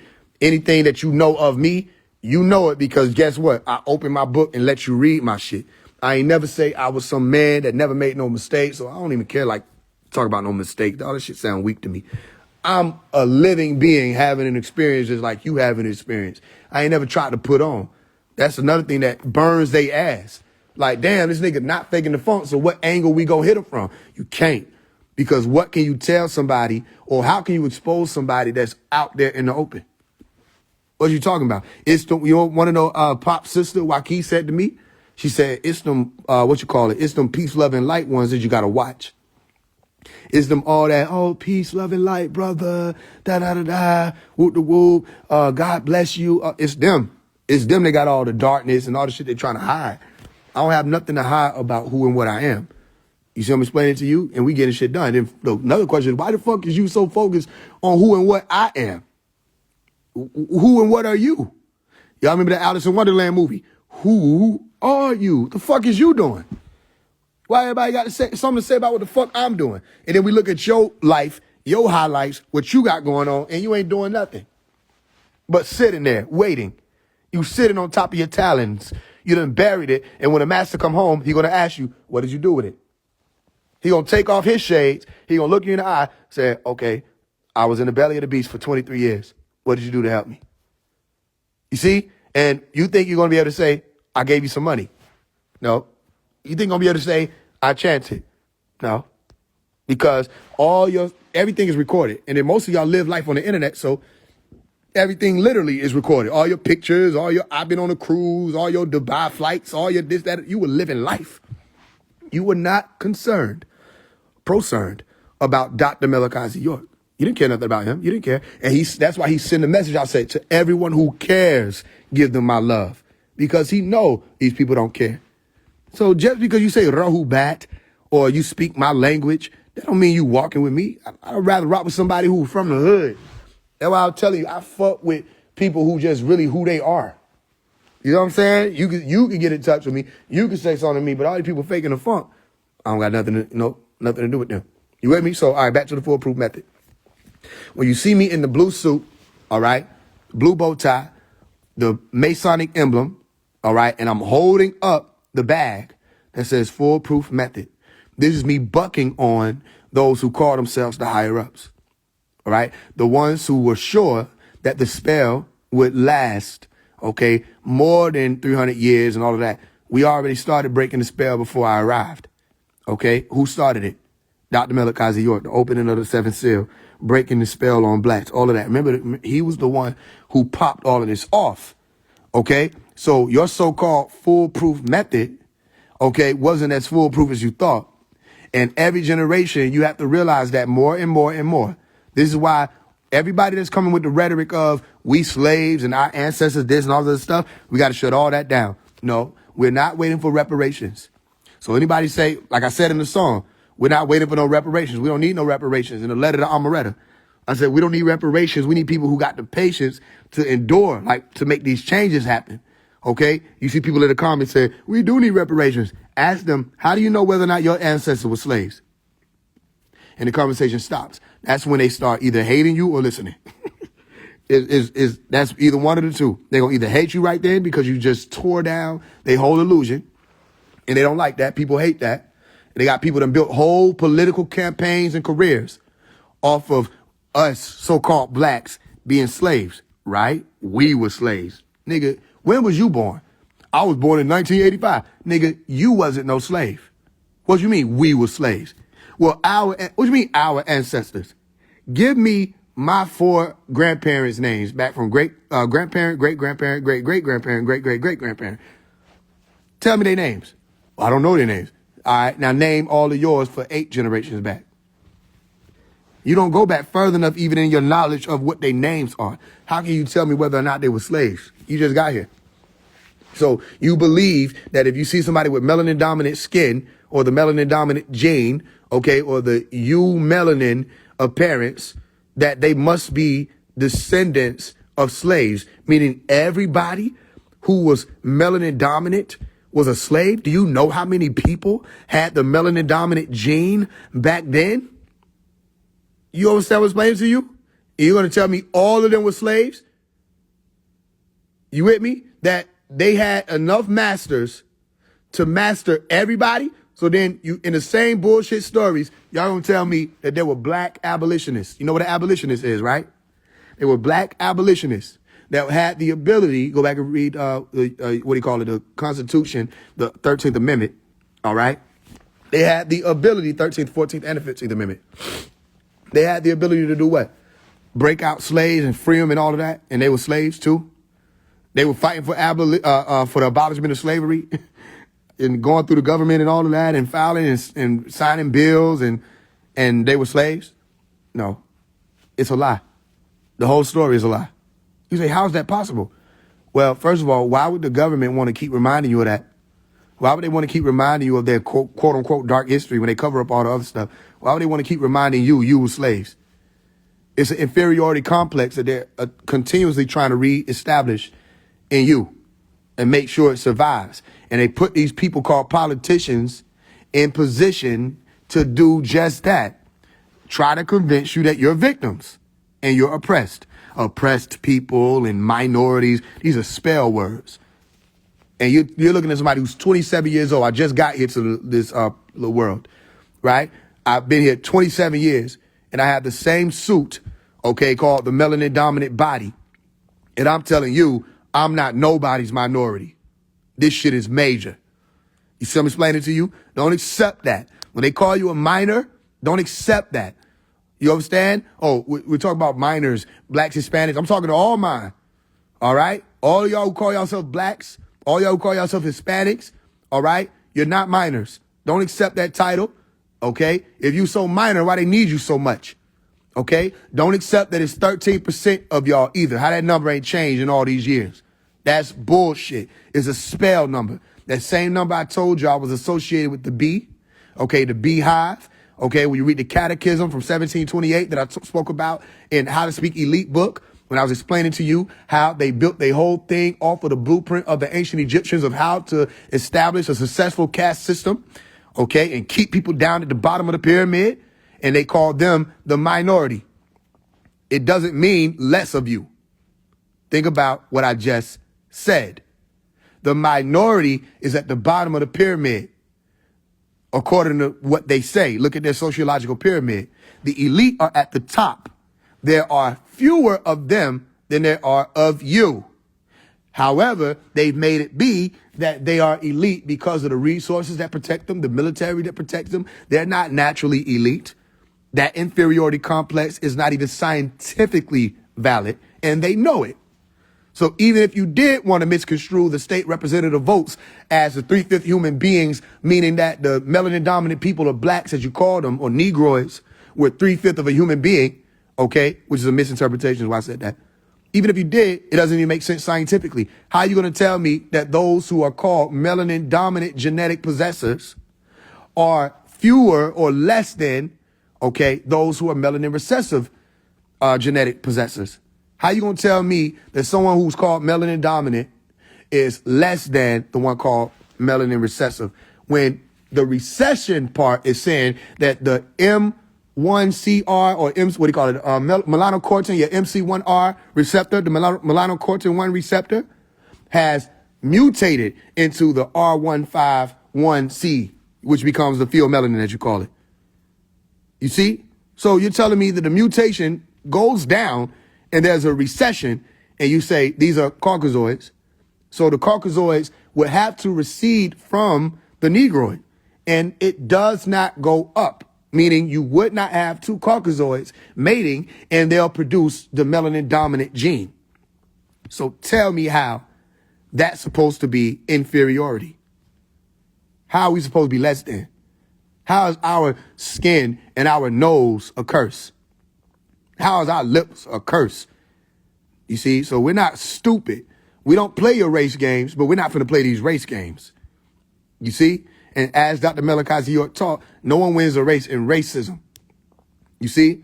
So we're not blinded by all this black man is God, white man is the devil, or vice versa. You're not blinded by either of it, but you're not going to play these games. You with me? So one of the things that they wanted to push was that melanin dominant people all over were slaves and their ancestors were slaves and it's all lies, and ask them to prove it. Be like, prove it. Prove that your ancestors were slaves. Well, they said this, that the people that were in this area, no, prove that your ancestors were slaves. Do you know? No. All right, how about this? You believe that y'all were slaves. You don't know that. So everything you've done in your life based off of we got this and us this and our people this has been based off of belief. Let me ask you a question. Is it possible that you have ancestry who were conquistadors? All right? Or conquerors of the lands, if you remember it that way. Those who came in and conquered people. Look at the word conquistador, conquer. Is it possible that you had Caucasians who were slave masters in your ancestry? Yes, it is. Okay, so just because you are melanin dominant now doesn't mean that you've always been melanin dominant, which is why I broke one of the people's brains that said that they would come on to debunk me. And I said, people don't reproduce asexually. Meaning, just because you're looking at this person on the screen and he looks like a so-called black person now, doesn't mean he's always been a black person in his lineage. I could have Mongoloid ancestry. All it takes is one person to mix in to start adding other genes. If you study heredity, it don't take but one person and 3 generations to take one race, as you call it, which is a melanin variation, genetic variation, and turn it into another. You see? So if I were to get with a Caucasoid and mix with her and have a baby, you would call it biracial, meaning it's 2 races or 2 nations that have been produced from that union. And from there, that biracial child, if they were to go on and mate with a Caucasoid, all right, the melanin would recede more, all right, which is why you go from the thicker follicle, as they call it, hair, all right, to the more hollow hair as you proceed, okay, downward or recede downward. And then afterwards, in that 3rd generation, that'll be a full-blown Caucasian, which they say they could say they have black in their lineage, but they'll be a full-blown Caucasian. And when they mate with a Caucasian, it will not go back up. It will stabilize as you are now a Caucasoid with this type of melanin, okay, and this type of genotype and phenotype. You see? And that's just with the Caucasoid Negroid. You could also add in Mongoloid and get some changes. The point is, just because you're looking at somebody who dark skinned, don't mean that their ancestors were all dark skinned. They could have a whole ancestry full of Caucasians, as you call them. So watch this. They say, listen, this person's a European. Y'all ready? 1, 2, 3, go. European. What comes to mind? I see you. You see this white guy, right? Skinny face. I mean, he probably got like the George Washington get up on, the skinny patch for some reason. You see it. It's actually coming more into vision in your mind as I explain what that foggy image was, right? Okay, we can do that all day. You ready? Asian. Okay, how many of y'all, oh, you ain't shit. Some of y'all saw Jackie Chan. We ain't gonna go too far into this because y'all ain't finna get me in trouble. All right, so listen, some of y'all see Asian. Okay, you see the Asian. You think you know what Asian look like. You ready? African. All right, everything, even in your subconscious, just shifted to a darker color. Even the atmosphere of where the image has to sit just went darker and went to a lower frequency, by the way, because you think darkness is lower frequency, which it is scientifically. It depends of whatever the augmentation is. But watch this. Okay, you're looking at all these different images in your mind. You see the European skinny face guy. You see Jackie Chan, you Jet Li. All right, then you see Africa. You see Shaka Zulu. You know what I mean? You see Michael Blackson, the rest of them. Right? Okay, cool. So why did you think of the guy, the first guy with the skinny face, when I said European? Europe is a place. It's not a race. You see the tricks? Foolproof method. Stay with me. Europe is a place. It's not a race. That's a lie. So you say European, you shouldn't think of no Caucasoid because Europe is a place. And there are melanin dominant people in Europe. And there have always been melanin dominant people, according to what they say, in those regions. All right. When you think of an Asian, why didn't you see a melanin dominant person?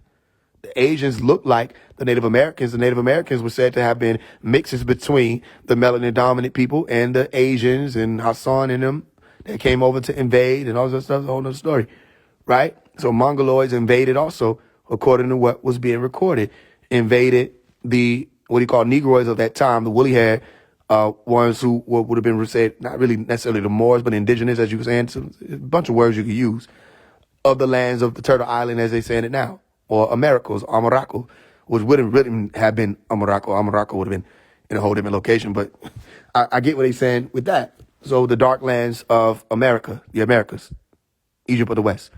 All right.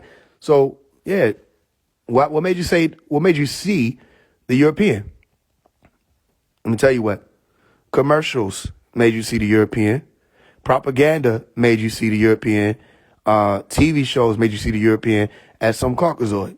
What made you see Michael Blackson when you thought of African? Right? Commercials. Okay? Propaganda. TV shows. When you think of the Asian, what made you think of Jackie Chan? Everybody does karate. Okay? Commercials. TV shows. Propaganda. So you're today old when you think, and it makes sense as sound and right reasoning, that is actually social engineering. That's a good one. That a Chinese person looks a certain way. A European looks a certain way. All right? You shouldn't see that image. That's a spell. You should know China is a place, not a race. You should know Africa is a place that has been named, by the way. It wasn't always called that. You see what I'm explaining to you? Whether you call it Ganawa, whether you call it Al-Kibilan, which is a whole other thing, whether you call it Africa, Africa, okay, whatever words you want to use, the motherland, Kemet, whatever words you want to use, okay, it's a continent. A large heap of dirt and jewels and elementals. That's what it is. But you say African or Africa, all right? Remember, that's what Apostle was explaining. Farka is saying to divide, like division, okay? So watch this. When you think Africa, that's a place, not a race. When you think Europe, that's a place, not a race. And watch this. Think of an American. You see how you end up with fractals? That's what they call it, a melting pot, where they put a whole bunch of people from all these different places in here doing commerce, all right, on the land that they were never originally on. Their ancestors were never originally here. So you get fractals when you think of what an American is. But you start thinking about all these other places, and you will, unless you're from, now watch, let me tell you where it was shipped at. If you're from outside of this country, you may think of an American as whatever you've seen the commercials or the stereotypes or the propagandas to say an American is. You might see Steve Jobs. You might see Steve Harvey. You might see Steve Hawkins. Okay? You might see Beyonce. It depends on what your commercial is or what an American is. So everybody has their idea, but you still have to look at the fact that these are places, not races. All right. So when you say African descendants of slaves, all right, none of that makes sense. They call it ADOS. And you need to be like, next time you hear ADOS, you be like, hey, those words don't even match. That's what you need to do. Don't tell them I told you. All right. So next time somebody say ADOS, oh, I'm with ADOS. Be like, yo, ADOS don't make sense. Okay. How are you an African descendant of slaves? All right. When you don't have any type of proof that you have African ancestry yourself. And you want to know what they're going to try to say? Because I've talked to them for ages. You know what they say? They say, all of us are from Africa. Oh, okay. Well, then Caucasians are African descendants of slaves. Because there were Caucasian slaves and they have African ancestry, right? So we're good. Everybody needs reparations. Let's just call it, I don't know, taxes. And let's have a good day and let's focus on the things that we need to do. And they're like, no, we need money. I'm like, so you want money for what you think your ancestors went through and you don't know whether or not they went through it? What if they pay you and your ancestors owned slaves? Then what do we do? So you just got paid for some shit that you put my ancestors through. You see, it's all confusion. And they know they can't prove it. They know it's all a lie. All right. Unless they go back to the immediate ancestry, which you may have documentation of, where some of your ancestors, immediate ancestors, whether it be your grandmother or great grandmother, would have been indentured servants or people that pick cotton and things like that. Yeah. But even still, you have to look at how the economy and the cost of living has changed and shifted. What would be the value of what they would have been owed if they were owed anything? Because how can you say they were owed anything if they were making 20 cents a day and they went to go spend 10 cents on a bag of rice and 10 cents on a bag of beans, and that's how they lived and that's how they ate daily? Okay, what were they owed? What are you going to say? They were supposed to get paid this amount or X amount of dollars for the cotton that they picked and they never get paid. But you don't know any of that stuff. So here's what it all boils down to. And this is what y'all been hiding behind. And I'm going to tell you the truth. And people are going to hate me because I tell the truth. And Nuwapu taught me to do this. Y'all just want some money. That's it. You want you some money. That's it. Because if you were knowledgeable of what you're saying, you wouldn't be asking for money. You would be asking for your land back. Remember 40 acres and a mule? Do you remember why they were saying 40 acres and a mule? Even though they owed you, those of y'all in those stories, those of y'all ancestries as Native Americans, they owed you way more than 40 acres. They ripped you off of your own land, said, here, you can have a little bit, man. How about that? And you was like, okay, because you was like, we need something. Those of y'all who was in that damn time, because it may not be everybody. You will be asking for your land back. Okay. You see the bag? You see why certain things I don't talk about yet? Okay. I'm going to say it like this. They done fucked up, but they don't know how they done fucked up. Because as much as I talk, I don't say shit. Just watch. And keep watching. Wouldn't you be asking for your land back? Where all the Native Americans went? because you keep showing me the Native Americans that look like they stayed in that area of Southern America. You keep showing me the Native Americans that look like Hispanics. We see them, and y'all done scattered them and trying to tell them that Mexico ain't a part of this thing, that it's some foreign land. You drew the line. It's not a real line. You established the borders. We got our borders. Your borders don't fucking exist. You made it up. You're on their land. You see what I'm explaining to you? Now watch it, because you start talking about certain things, you start saying certain letters, they will, try to shut down certain things. So just read between the line, right? You put some water in the freezer, and after a while, okay.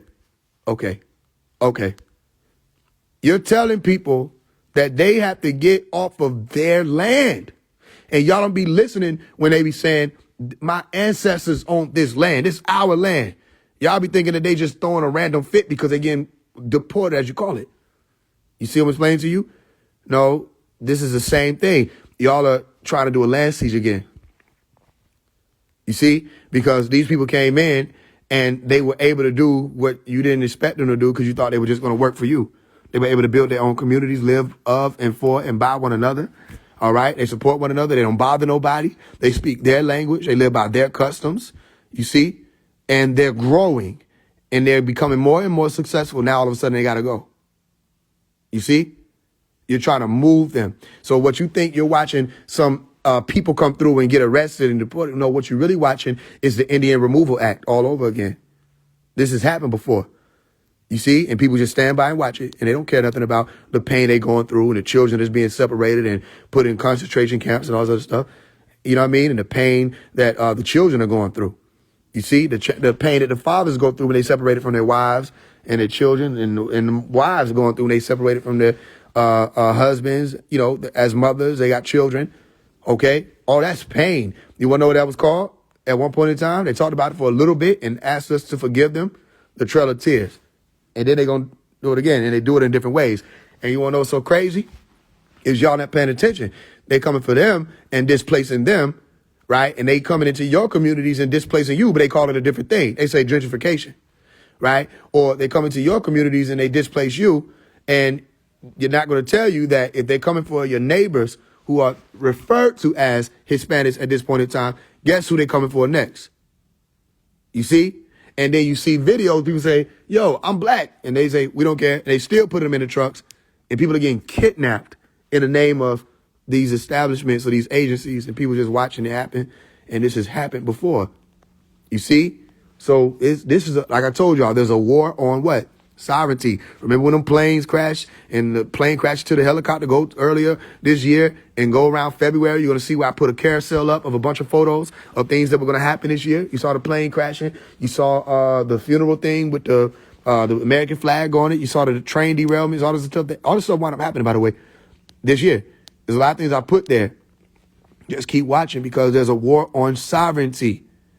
Okay? You saw the Wicked movie and how it came out. They were explaining more about what the backstory is and what people don't really know about who they told you was wicked and who you thought was the ones who was doing the right thing. And they told these stories of valor and all of this stuff. And all actuality, you were sitting here on stolen land. You had a song that was supposed to be speaking about what you did. This land is your land. This land is my land. No, it wasn't. They were bragging. Y'all got a holiday that y'all about to celebrate, okay, an unholy day that's bragging, okay? Even when they say, we don't want to hear all that woke stuff, we just want to come together as family. Y'all should be coming together every day. That's your problem. You're letting them tell you when to come together, and then you try to make light of it, when in all actuality, you're being subservient.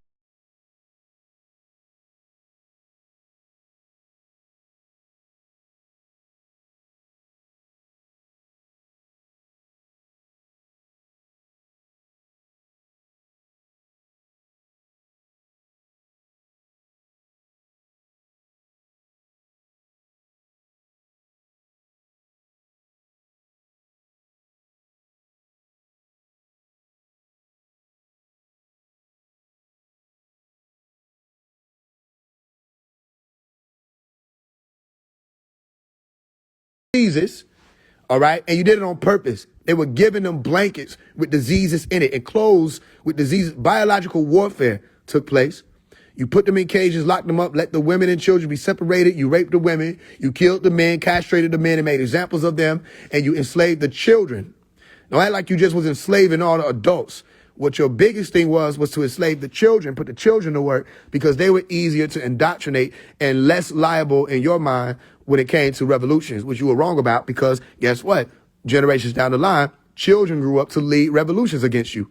You don't know nothing about who and what you're dealing with. So there's still a fight, okay? It just has to happen in a different way. So, and if you think it's a race thing, you're still not picking up because there were so many people. I'm explaining about that. There were so many people who didn't know, it's even to this day, that melanin dominant people, black people as you call them, were a large hand in slave ownership.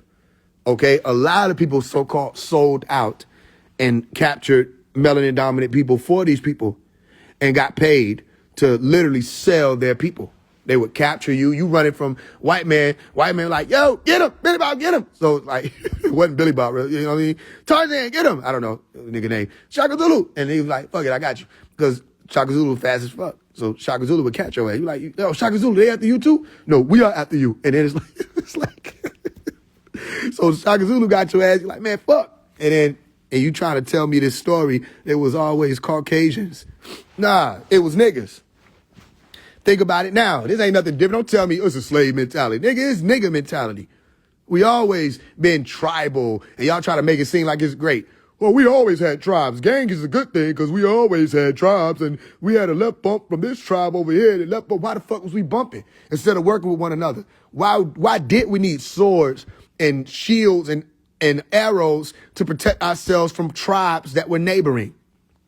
If we was always so partnered up and loving in a community before the slavery happened or before the prisoners of war came into existence where people were locked up and put in as prisoners. You see? POW. So the point is, stay with me. In my bag, I have a foolproof method. Right? When there's a war, there's legislation or bills, and bills have to be signed and put into action. And that's what I'm gonna say it again. In war, there's legislation. Everybody thinks war is pick up some guns and go shoot. No, certain things have to be signed. All right. You look at a dollar bill and you're gonna see them say something that's very important. Don't miss it. It says, in God, everybody stops. They say, oh God, let's focus on his God word. Gold, oil, drugs, generator, operator, destroyer, a bunch of English words. Right? You're not even paying attention. What about that word at the end? Trust. In God, we trust. In God, we trust. You say, every time this nigga say it, it get a little more clear to me. Yeah. In God, we trust. In God, we trust. Do they care about money? No. On the money, they telling you they don't care about money. It's literally on the money. What I'm saying right now, I'm literally on the money. They don't care anything about money. Go back and read the book, How to Speak Elite, and you'll hear me explain to you or read me explain to you about what? Acquisition. It's all about acquisition. What color is agua? When you think of blue, well, I just gave you the answer. When you think of water, what do you think of? Blue. Acquisition. You look at that Masonic emblem, and behind it, you see what? Blue. Water. Wasn't it in the How to Speak Elite book that I explained to y'all about navigation or navigate? How to walk on water? Navi on, navy, natives, the natives, water, the way of water, Avatar. They had a movie called Avatar, the way of water. All right. And they got another one coming out, right? Which is probably out now. If it's not, it's December 19th, I think. It's coming out, Fire and Ash. Make sure you watch that. Okay? Elementals, you got to understand about it. So, didn't I explain all of this? That some people care about being debtor. They already dead. They want to be debtor. They already in debt, as they call it. Oh, I'm in debt. You what? You in debt. Oh, okay. And what you working on now? Well, I want to become a debtor. You're already in debt. Now you want to be debtor. Okay, cool. What do you want to work on? I'm looking on earning some money. Oh, that sounds like debt to me. Earn. There's so many things you can say and look at and say, this whole thing is set up to keep you in the dead state or the black tile of the black and white chessboard floors. I went in and found all this stuff out. They calling me an Asian because I'm telling y'all. These motherfuckers know it and don't tell y'all, and y'all worship them. Please make it make sense. Let me say it one more time. I went in and found all this stuff out. Y'all calling me an agent because I'm showing and telling you. You got all these people, including ones that's in the conscious community, as leaders, which are really buffers. They're not leaders. They're buffers, which is why they avoid me. They are buffers. Their job is to make it seem as though there is motion. You with me? And then you will agree that the illusion means movement. And guess what happens? Nobody goes anywhere. Look around. Take a deep breath.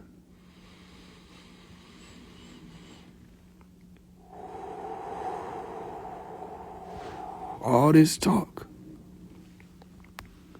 Where are you going? Come on, Bob-a-nose. Hey, everybody, let's go. Where are you going? Look, it's not hard. They always talk about they got money, resources. You're not a god if you're not creative. If you don't have money, you can't be woke and broke. And they got all this money and all these resources, all this acquisition. And where's the land? Where's the community? We got it. Black Wall Street, where's it at? Where's it at? All this talk about it, where's it at? The school, Umar Johnson School. You know where it's at, but it's just there. It's like you drive by it like that's a building. Where's the community? We had Tom Ray, but they talk shit about Tom Ray. Are you with me? Even if you did have a Black Wall Street, where's your language? Oh, we speak English. Oh, you're Anglo-Saxon. No, we're African. All right, I'm going to say it one more time back to you, what you just said to me. So, where's your language? Oh, we speak English. Oh, you're Anglo-Saxon. No. We're African. Let me say it a different way. Where's your bandana? Here it is right here. It's blue. Oh. You're a Crip. No. I'm a blood. Huh? Hey, Pyru don't say nothing. Y'all can't talk right now. Because y'all niggas be confused sometimes with the shit y'all be having going on. Everybody else. All the other members know what the fuck I just said don't make sense. Unless you Pyru, they be like, well, hold on, Will. I want y'all niggas don't say nothing. All right? So, okay, one more time. Where's your flag? Right here. Oh, it's blue. You a Crip? Nah.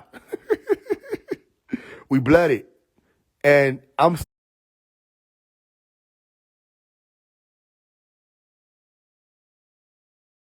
much such as you think. Where's your language? You see? You speak in English, then you're English. You're not Africans, and what's the point of even calling it Black Wall Street? You don't have a language. I have a language. It was given to me by Dr. Melek Isaac York. It's a Nuwapian. It at least ties to Sudan or land of black, Kemet, as you call it. Nubia. I could talk about that and explain about that. I could explain to you about Nabatan, or I could explain to you about even with Wusabat, Misbatia. I could explain to you about what is being said. It ties back to, and all of his melanin-dominant people. So we're just supposed to just speak English?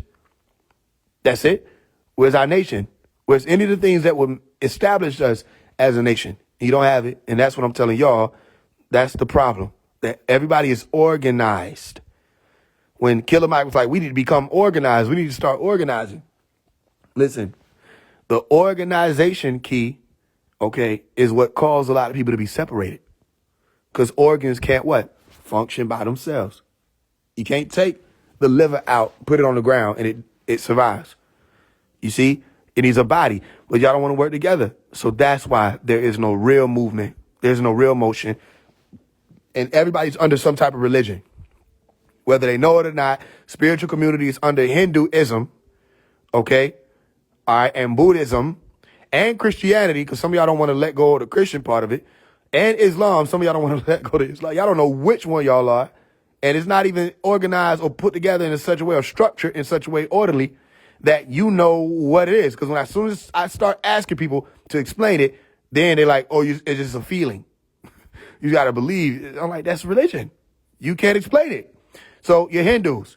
No, we're not. All right, talk to me about the centers of the body. Oh, you mean the chakras? Hold on, let me stop you right there. Isn't that a Sanskrit word? Okay, isn't that rudimentary when it comes to Buddhism and Hinduism? Yeah. Oh, okay. So the Sanskrit word you just used is associated with Hinduism and Buddhism. So when you say chakra, which most of you don't even say chakra, you say chakra, okay, it's chakra. When you're saying that word, which means a cycle or a loop, as in an energy point that's associated with each of these organs, that's Hinduism. When you say, I need to open my third eye, guess what that is? Hinduism, all right? Or some people call it the first eye, all right? Or the ajna. Okay, that's also Hinduism. The meditation, all that transcendental meditation, that's Hinduism. The pose that you do when you're meditating, okay, which is the easy pose, the Sukhasana pose, all right? That's Hinduism and Buddhism. Oh, a lot of the names that y'all are coming up with, that's everybody want to call themselves Kali all of a sudden. That's Hinduism and Buddhism. All right. Taking you back to that day and time with those who were the seven ether beings. All right. Or Shiva and the rest of them. Shiva also means seven. All right. So it has nothing to do with you, even in the state that you're in right now. But you want it to be. And then you say karma. Oh, I got good karma, my karmic debt. All that's Hinduism. Right. Then you say all of us are guys. That's Christianity. You know what I mean? I have to prostrate. That's Islam. A lot of things that y'all are doing are just borrowed from different religions. You know what I mean? So it's rooted in religion. That's what I'm saying. So a lot of people don't want to let go of the religious aspects to the extent of not being able to work with others. Because if people don't get with your program, you isolate them. If it's not true, then why do so many people in the spiritual community have a problem with Phase One? Because I'm not a part of your religion. If I was a part of your religion, listen, if you looked and saw somebody with crystals on, a unk on, and I was saying peace, peace, with my fingers glued together and touching my head and, you know what I mean, talking about love and light and all sort of stuff and, you know what I mean? Yeah, all the conscious community people will put me up on the Mount Rushmore with all the rest of them people that shouldn't be up there, right? It really should be one person up there on the Mount Rushmore. They know that. They don't want to play that. And I told them, I said, let's do it then. Let's see who's really a master. And they stayed away. If I was doing all that, listen, I could have went into herbs, okay? Trust me, I could have went into herbs and been selling stuff like that. Yeah, everybody say, this guy's woke, he's awakened, we need to help him, protect him, all this stuff. But because I'm challenging them to stand on truth, they isolate me, they push me off to the side, call me an agent, all this other stuff. And think they're doing something great and strong when they talk about a Masonic emblem that I put on a hat, okay, that I put on for them to see. All right? You don't know what you're doing. If you did, you would know. First of all, if somebody does the thing for you to see it, maybe, just maybe, they're in control of the narrative, not you. So what if I take the hat off and I put on another hat? Which I did. I put on a Rosicrucian hat, did nobody say nothing. Where the ancient mystic order Rosicrucian scholars at? Nobody said nothing about the rose or the rosy cross. Okay? Or the resurrection. But when it comes to the Masonic thing, because of the YouTube days, everybody's a scholar. You with me? So they isolated Phase One on purpose. Even in the music industry, the one who stands on truth stands alone. You see, until a lot of y'all came along. And what did y'all say? Man, I'm not listening to the noise. I ain't gonna listen to it. This man speaking truth. That don't mean that everything I said was comfortable. I'm sure a lot of things I said to some of y'all was uncomfortable. I'm sure a lot of things I taught challenged you in ways you weren't really prepared for, but you still worked through it. And then some people get upset with me. And I say, if you're so upset with me, come talk to me. And then they come talk to me and it's like, da, da, da, da, da, and they shut down. And y'all have seen it happen a bunch of times, right? And then some people change their ways in the middle of the live. And it's like, see, I'm not here to cause you no harm. And I really will talk to you. But it's like, why are you so upset? Let me tell you why. Because your belief is being challenged. They even have one of the Native American people, or they call it American Indians now, which doesn't make any sense because India is a whole different place. America is one place. India is how you both. So saying American Indian is just another curse. No disrespect to the ones who think they're American Indians in here. But if you're either from America or you're from India, you see, neither one of them has anything to do with the natives. You with me? Unless you're saying how America used to be.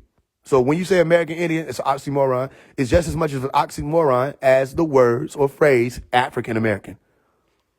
You know what I mean? And like I say, y'all ready? I'm going to say a direction, and you're going to run in that direction. Ready, set, go. Right, left.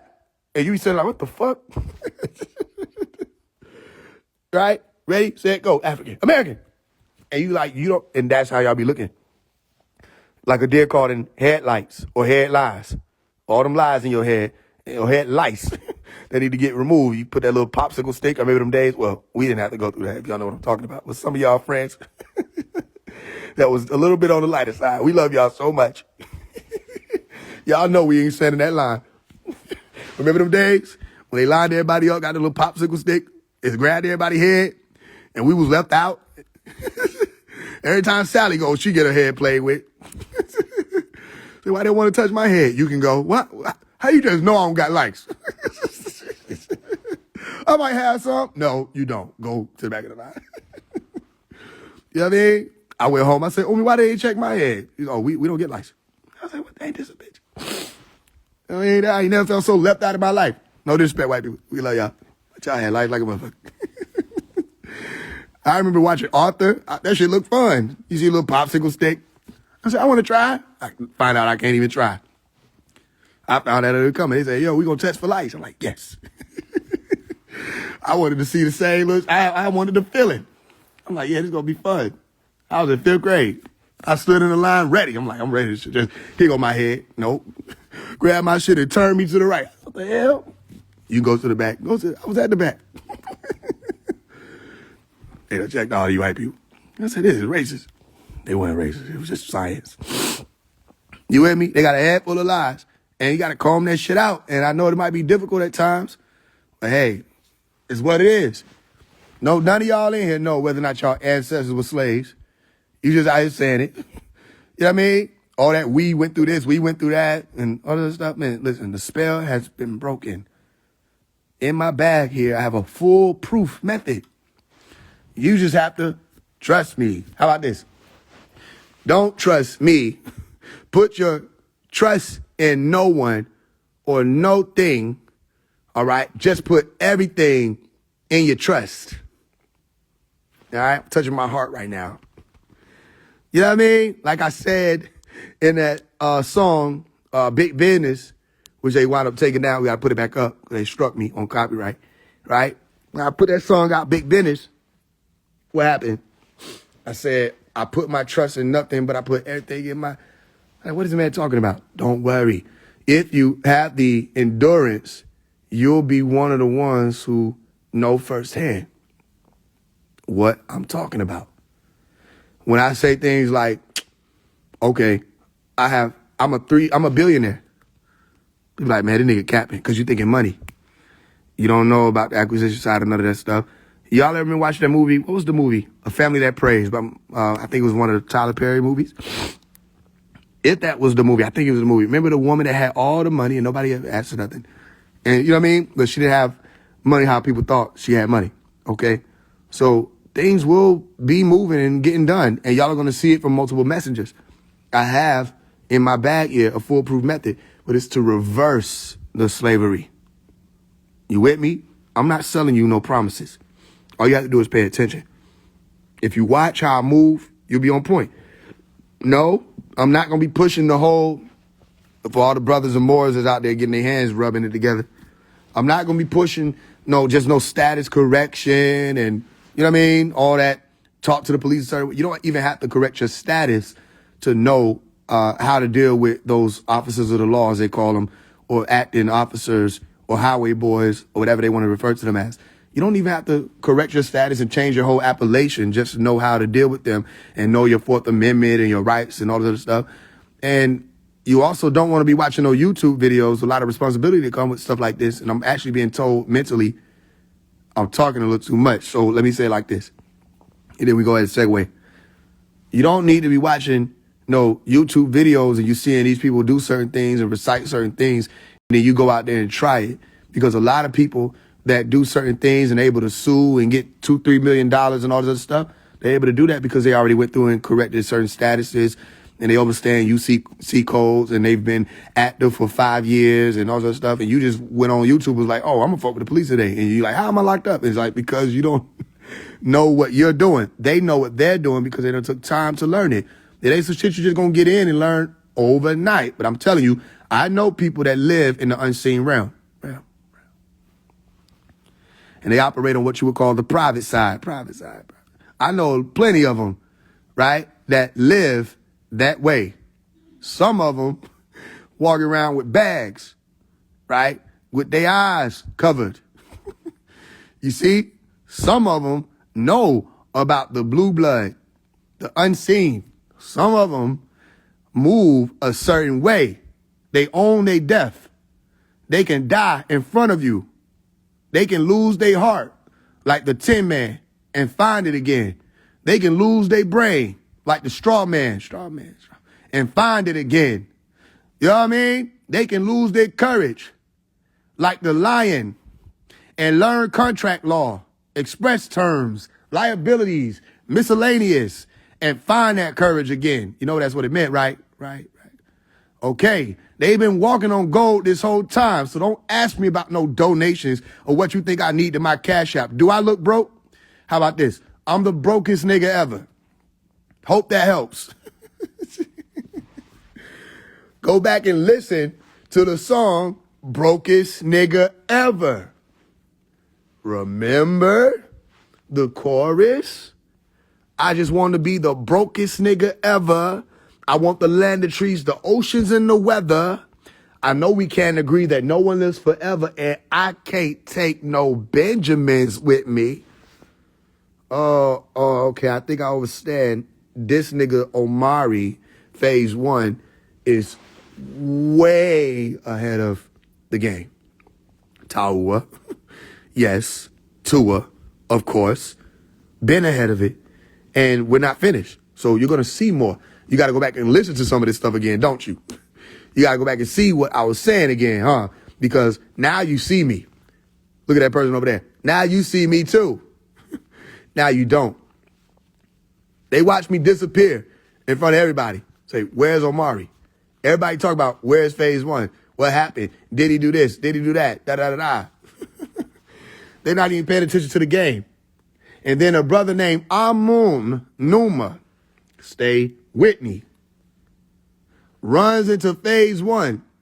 And the first thing he do is get on the internet and say, Faise One is not dead.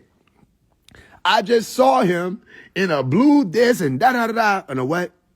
They're not paying attention because I got friends on the other side, programmers that aid and assist in what I say needs to be and how it'll come to be. And what you'll realize is when I put that album out called Float, Stay With Me, the same brother that posted on his page that he seen me, I took his audio and added it or incorporated it into the music video. I mean, the album release. Are you staying with me? So there are some people that operate on that private side. And by the time you find out what they're doing, I can assure you right here with my right hand to my heart and then up, let me tell you something. It's going to be too late. By the time you think you know what he's doing, it'll be too late because it's already done. And next thing you know, you're going to look around and you're going to see Nuwapia everywhere.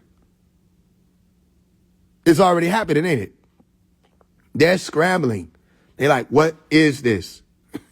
When I said Faise One is gone, everybody said, oh, I get it. He means he's doing Phase 2. Because they ain't been paying attention. It ain't been paying attention who we already did Phase 2. And if you've been paying more attention, you will hear me say all of this is Faise One. The whole thing. Remember, forever an inspiration, seeking eternity. Omari never ends. All of it is Faise One. The whole war is Faise One. It's an event. So you wanted to believe whatever you wanted to believe, and that's because Allah leads astray who he wills. And when you read that in Al-Quran, you'll realize that Allah is referring to, or it has been referred to, the disbelievers. Now, what did I tell you about Islam? When you're talking about believers, you're not talking about believers how you say normally. You're saying those who know. Okay? Even when you say mu'minun, all right, those who are of the nun, knowing. Mu'minun, those who have the faith or full of faith. So it's a whole different conversation of what you think in Christianity belief means. All right? They're holding fast to the rope. Al-Quran, I think Surah 3, Ayah 103. Okay? They're holding fast to the rope and they're not being divided. They're holding on all together. And they know what this is about. So watch what I'm telling you. You look at that dollar bill and you see a pyramid on it, don't you? Don't you? And you see an eye on top, don't you? Okay? You saw the final feast. When I said, here go the final feast. What didn't I call it? I'm going to let you fill that in for yourself. I said final feast. I didn't say the other thing. When you see the final feast and you look in the picture had a pyramid on it. Remember, they always wanted you to think the pyramid was something evil. They wanted you to think Egyptians were evil. They wanted you to think the Mitzrayimites are evil. Okay, or Mitzrayim is evil. They wanted you to think the Kemites were evil. They wanted you to think anything associated with pharaohs and unks and the key to eternal life, whatever you want to call it, was evil. They're wrong. And they can't do nothing about it. Because if I say you're wrong, and I'm able to show that you're wrong, when you try to fight me back, you're going to use scripture from the Bible, a book that does not predate Egypt. So automatically it's like, what are you talking about? This book just got here, and the literal version that you have just got here, right? The language that the version is written in just got here. You don't know what you're saying. Here go this tablet. Read it. No, put down a Rosetta Stone. Read it without it. Because how you going to tell me what the Greeks had to say about what was being written at that point in time? You're telling me when you're using Rosetta Stone that you have interpretation, not translations. So read it again and go watch the movie Stargate. You'll see what I'm saying. You with me? So watch this. The private side is active. It's not dormant. It's that public side that's dormant. You stand on the black and white chessboard floors and you'll realize you got 1 foot on land, 1 foot on the sea. Stay with me. 1 foot on the sea and 1 foot on land. The white is supposed to be a sign of majority and the black is supposed to be a sign of minority. You know it's reversed? Okay, let me explain to you how. This is what he called a light, the light of every man that cometh into the world of darkness, comprehended or not. Okay? Watch this. When I give you light, I'm giving you information. Yes? Okay. Which means before I gave you the information, let's use an example. If I walk into your room and you're in the room and you're sitting in the dark, okay, and you ask me to hand you something that's on the floor somewhere, but it's in complete darkness, I can't see it, can I? You have to get up and do what? Turn the light on, and now I can see what it is that you're attempting to show me. All right, and I can do more with the elementals. Stay with me. Still talking to you about the reverse side. Okay, when someone is given light, now, oh, I see what you're saying. Now I see. Seeing is associated with knowing, okay, not believing. That's the curse. Another curse is seeing is believing. No, seeing was associated with knowing. The seeing is believing part is you don't know what the illusion is. But once you learn what the sleight of hand is, which I taught in How to Speak Elite, once you learn what the S word is or the sword is, which I talked about in How to Speak Elite, once you learn what the difference between black and white is or the darkness and the light and the spectrum is, which I taught about in these books, all these books, How to Love Again, all of that, then you start realizing, oh, now I know what I'm looking at. And not just what I'm looking at, you start activating other parts of your observation, other components, okay, or compartments of your sensory input. Being able to take in things more than just what? Your, your eyes or your auditory, your visual. You have your auditory, your olfactory, which is the smell and all this other stuff. So you start being able to literally fill in the blanks, not F-I-L-L, F-E-E-L. Fill in the blanks because all of your senses deal with information making it to your senses. You with me? So whatever it is, whether you quote unquote touching or tasting through the microvilli in your tongue or the sensing and through your smell or whatever it is, or hearing it when the sound enters into your ears, whatever it is, it has to reach it to your body or your being in order for you to what? Interpret it, internalize it, hear it, get the message, see the signals, the electromagnetic or the electro impulses or whatever it will be. Okay, so watch this. When you get the information, it's feeling. You can feel it, right? So you're literally filling in the blanks. And the blanks is that what you don't know until you are able to feel it or observe it in any type of way. It's the same with the reality you are observing, called the observable universe. And they have something called the what? Unobservable universe, which they refer to as dark matter. And dark matter is saying two words. These are sacred words. Dark is saying unknown and matter is saying of subject, right? So an unknown subject is dark matter, and everything you're looking at beyond that unknown subject is referred to as the observable universe. They will say 85 to 95% of the realm you're observing is the observable universe, and whatever they're able to observe with their technology, be it their telescopes or their probes that they send out in space or whatever it is. That's what they call the observable universe. And a lot of times they have to calculate the light that's traveling from the stars and all of that. And even if they were to zoom forward to attempt to get to other places within the observable universe, they have to deal with the light speed issue, and they have to deal with the Doppler effect, which means that the closer you're moving towards something in a fast speed or fast pace, as you accelerate, things would turn and shift in your observation. So if I started to run at something, okay, to approach as close as I could to high speed, you wouldn't really go light speed, stay with me, because of our G-force, we're not able to do it. It'll cause us to explode as human beings. So when you run towards something, you increase in frequency, and everything that you're looking at increases in frequency, and it starts to turn toward the blue color. When you are looking back, all right, as you go further away from a thing, things behind you are slowing down, and that appears as a redder color. You look at the movies, they'll show you that when somebody's supposed to be shooting or what do you call it? Hyper jumping, or it's another word they call it. Some of y'all remember. Hyper jumping through space. Okay. What'll happen is you'll see the blue light in front of them. When they astral projecting, you see the blue light in front of them. That's because of the Doppler effect. You understand? So my point is, all of this is based on the relativity of the observer. You with me? So even if they did have the technology to shoot out further enough or far enough, or even approach light speed, then all observation would change the moment they even got near that, if they had the ability to do that. But matter itself isn't able to survive that, according to what they say. Now, there may be other technology they ain't told people about. Whole other conversation. Point is, your observable universe is what will be that white square on the checkerboard floor, as they call it, which is the chessboard floor. The dark matter, the subject that you don't know, is the black square. Right? So here's where they flip it. They flipped it on you to make you think that minor meant less. Okay? It meant less than, as opposed to elite. Stay with me. If I say there are a chosen few of you, few doesn't mean less than, does it? If there are elite people or elite members, just because there are fewer of them doesn't mean that they have less. Let's say you're dealing with those who, let's say, are on a financial spectrum, and you deal with people who are supposed to be poor and middle class, which doesn't really exist. They made it up, right? It's really poor and then elite. All right. Well, sometimes they throw rich in there, but okay. You have poor, rich, and then elite. What's the difference? Elite don't even deal with money. They deal with resources, acquisition, and all of that. Okay. They have a whole different type of power dynamic. On that spectrum, the financial spectrum, those who are elite will be fewer. But they're not less than, because there are fewer of them. So less don't mean less, more or less. Are you with me?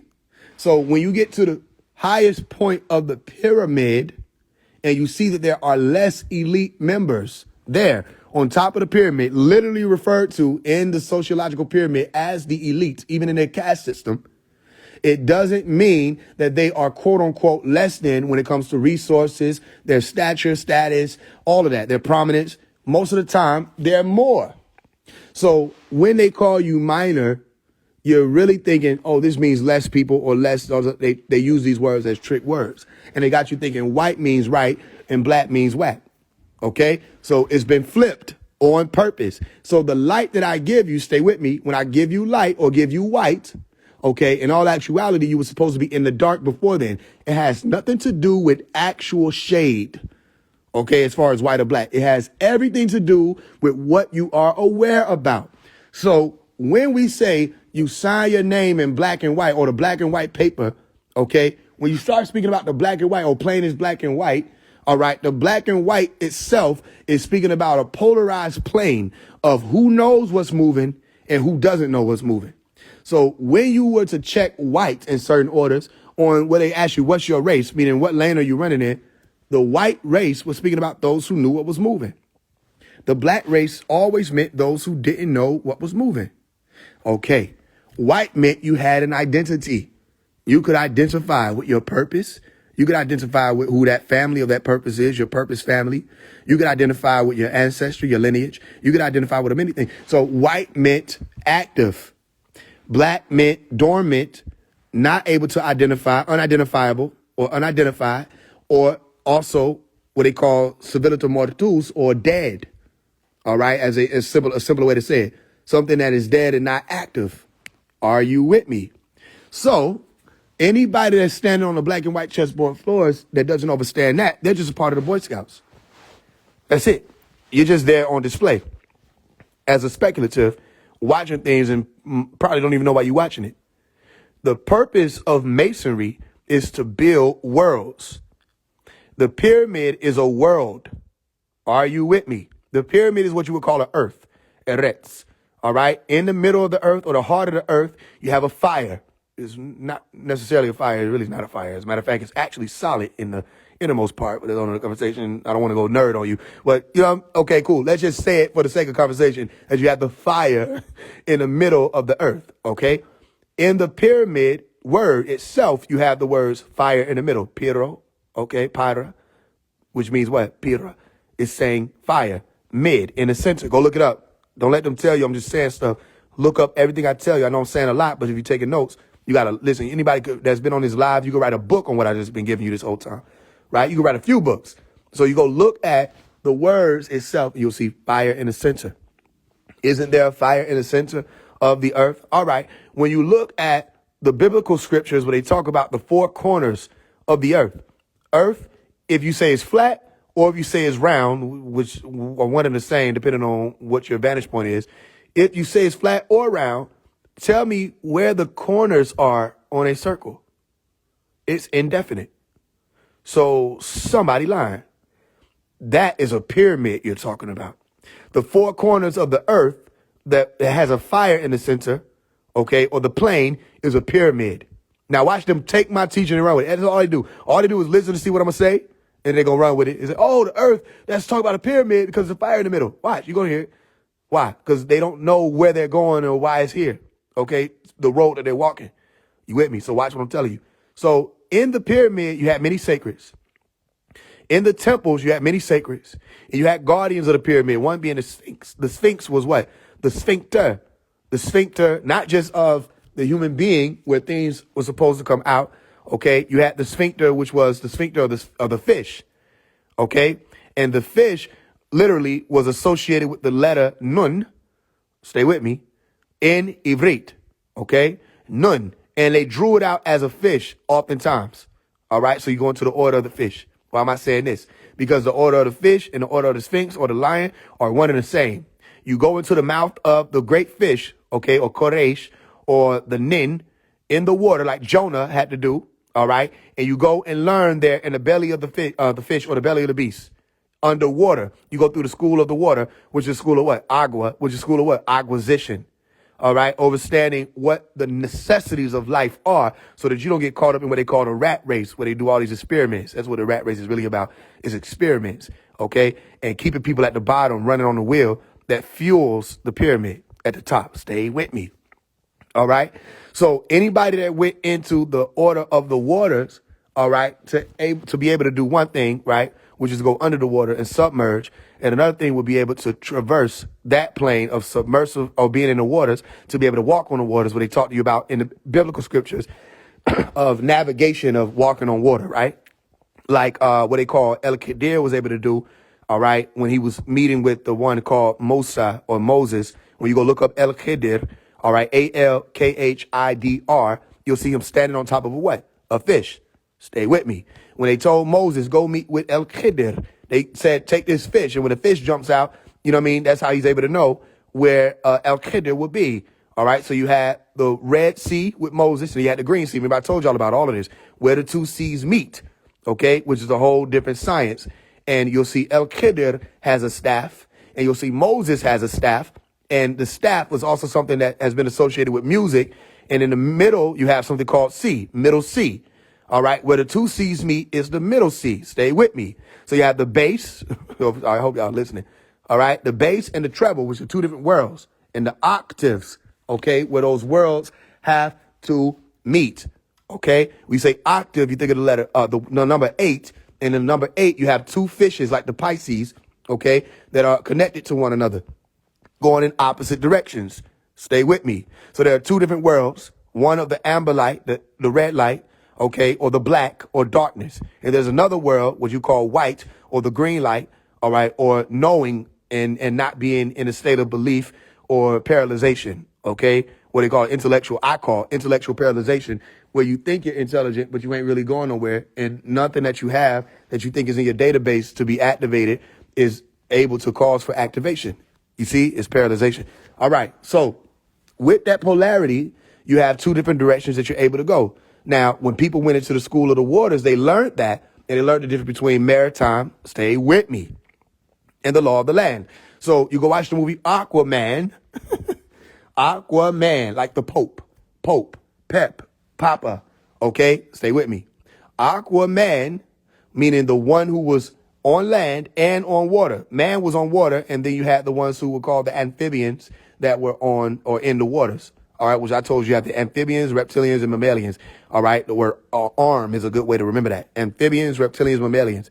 All right, or mammals. So human beings are amphibian, reptilian, mammalian. Y'all have many characteristics of amphibians, many characteristics of reptilians, and many characteristics of mammals. You with me? So y'all are all of them. Human beings have the ability to exist in water and on land, but not fully. Okay? Meaning if you are on land without water, you'll die. And if you're in the water without some type of foundation, you'll die. You with me? So y'all within itself are two different world beings or multi-world beings or bi-world beings, if that makes sense to you, or bi-dimensional beings. So we have the water school and the land school. Aquaman teaches about that. So on the waters, they have a different law, okay, which you refer to as maritime law, like with the ocean, which is why a lot of the Moors speak about maritime law. Well, I'm operating in maritime law, da-da-da-da-da, not understanding that you're not actually on water. So even if you brought that to the court, they could be like, nigga, you're not on water. So they know how to fight back with a lot of the things that people have been taught to say. On water, there has to be a different type of law, not just because mankind think they running shit, okay, but your stability is different on water. Your foundation will be different on water. Your food will be different on water. How you handle waste will be different on water, okay? When you see an enemy warship, you have to go to different measures to protect yourself and defend, okay, than you would on land, all right? A storm means something different on water than it does on land. You see? So there's literally another natural law, a different natural law that takes place on the water. Human beings, when they speak about maritime law, most of the time they speak about what's on the water. And then you have to account for, which people don't think about, the submarine life, okay, or the subaquatic life. Now, we could go a whole different way. I don't want to go too deep because it might wind up being mystified, especially when you start speaking of extraterrestrials who are subterrestrial beings or aquatic beings that live in the waters. It's a whole different thing. They talk about it, but maybe we shouldn't go into that because it get a little too mystified. Let's deal with this. Marines know water life, okay? They go, the Navy SEALs, they know about, look at the word, Navy SEALs, okay? They know about the water life, and they're being taught that, even though a lot of that is spoken of amongst themselves, they're being taught about the water life. Hope I ain't losing nobody, stay with me. So as someone who is in the water, you're going to observe a different realm, even in sound, especially when you're under it. All you have to do, you don't have to go nowhere but to your bathtub, all right? Take a deep breath and go underwater and just listen, okay? You're going to hear a different sound. You hear the Om sound of creation, as they call it, a compassion of Buddha, all that. Okay, you'll hear a different sound. If you try to move your hand, it'll move slower, all right? You see the movies where bullets are going through. Bullets move slower in in water. The light refracts in water. Okay, so as soon as light itself, as the particles goes into the water, which is a medium, it changes and alters itself. It's literally a different dimension. All right, With everything I just said, showing you the science of it, now can you get what I'm saying? Water is a different dimension, and a lot of it is unseen. You have different zones of water. When they tell you only, quote unquote, 5% of the ocean has been discovered, all right, they don't know everything there is to know about the universe they're in. They don't know everything there is to know about the ocean. They don't know everything there is to know about land. All right? Your job is to observe, to figure out what elements are in either one of those realms you'll be entering in would be useful for you building whichever world you would be building. Let's bring it back around. Pyramids are worlds, or what you call earths.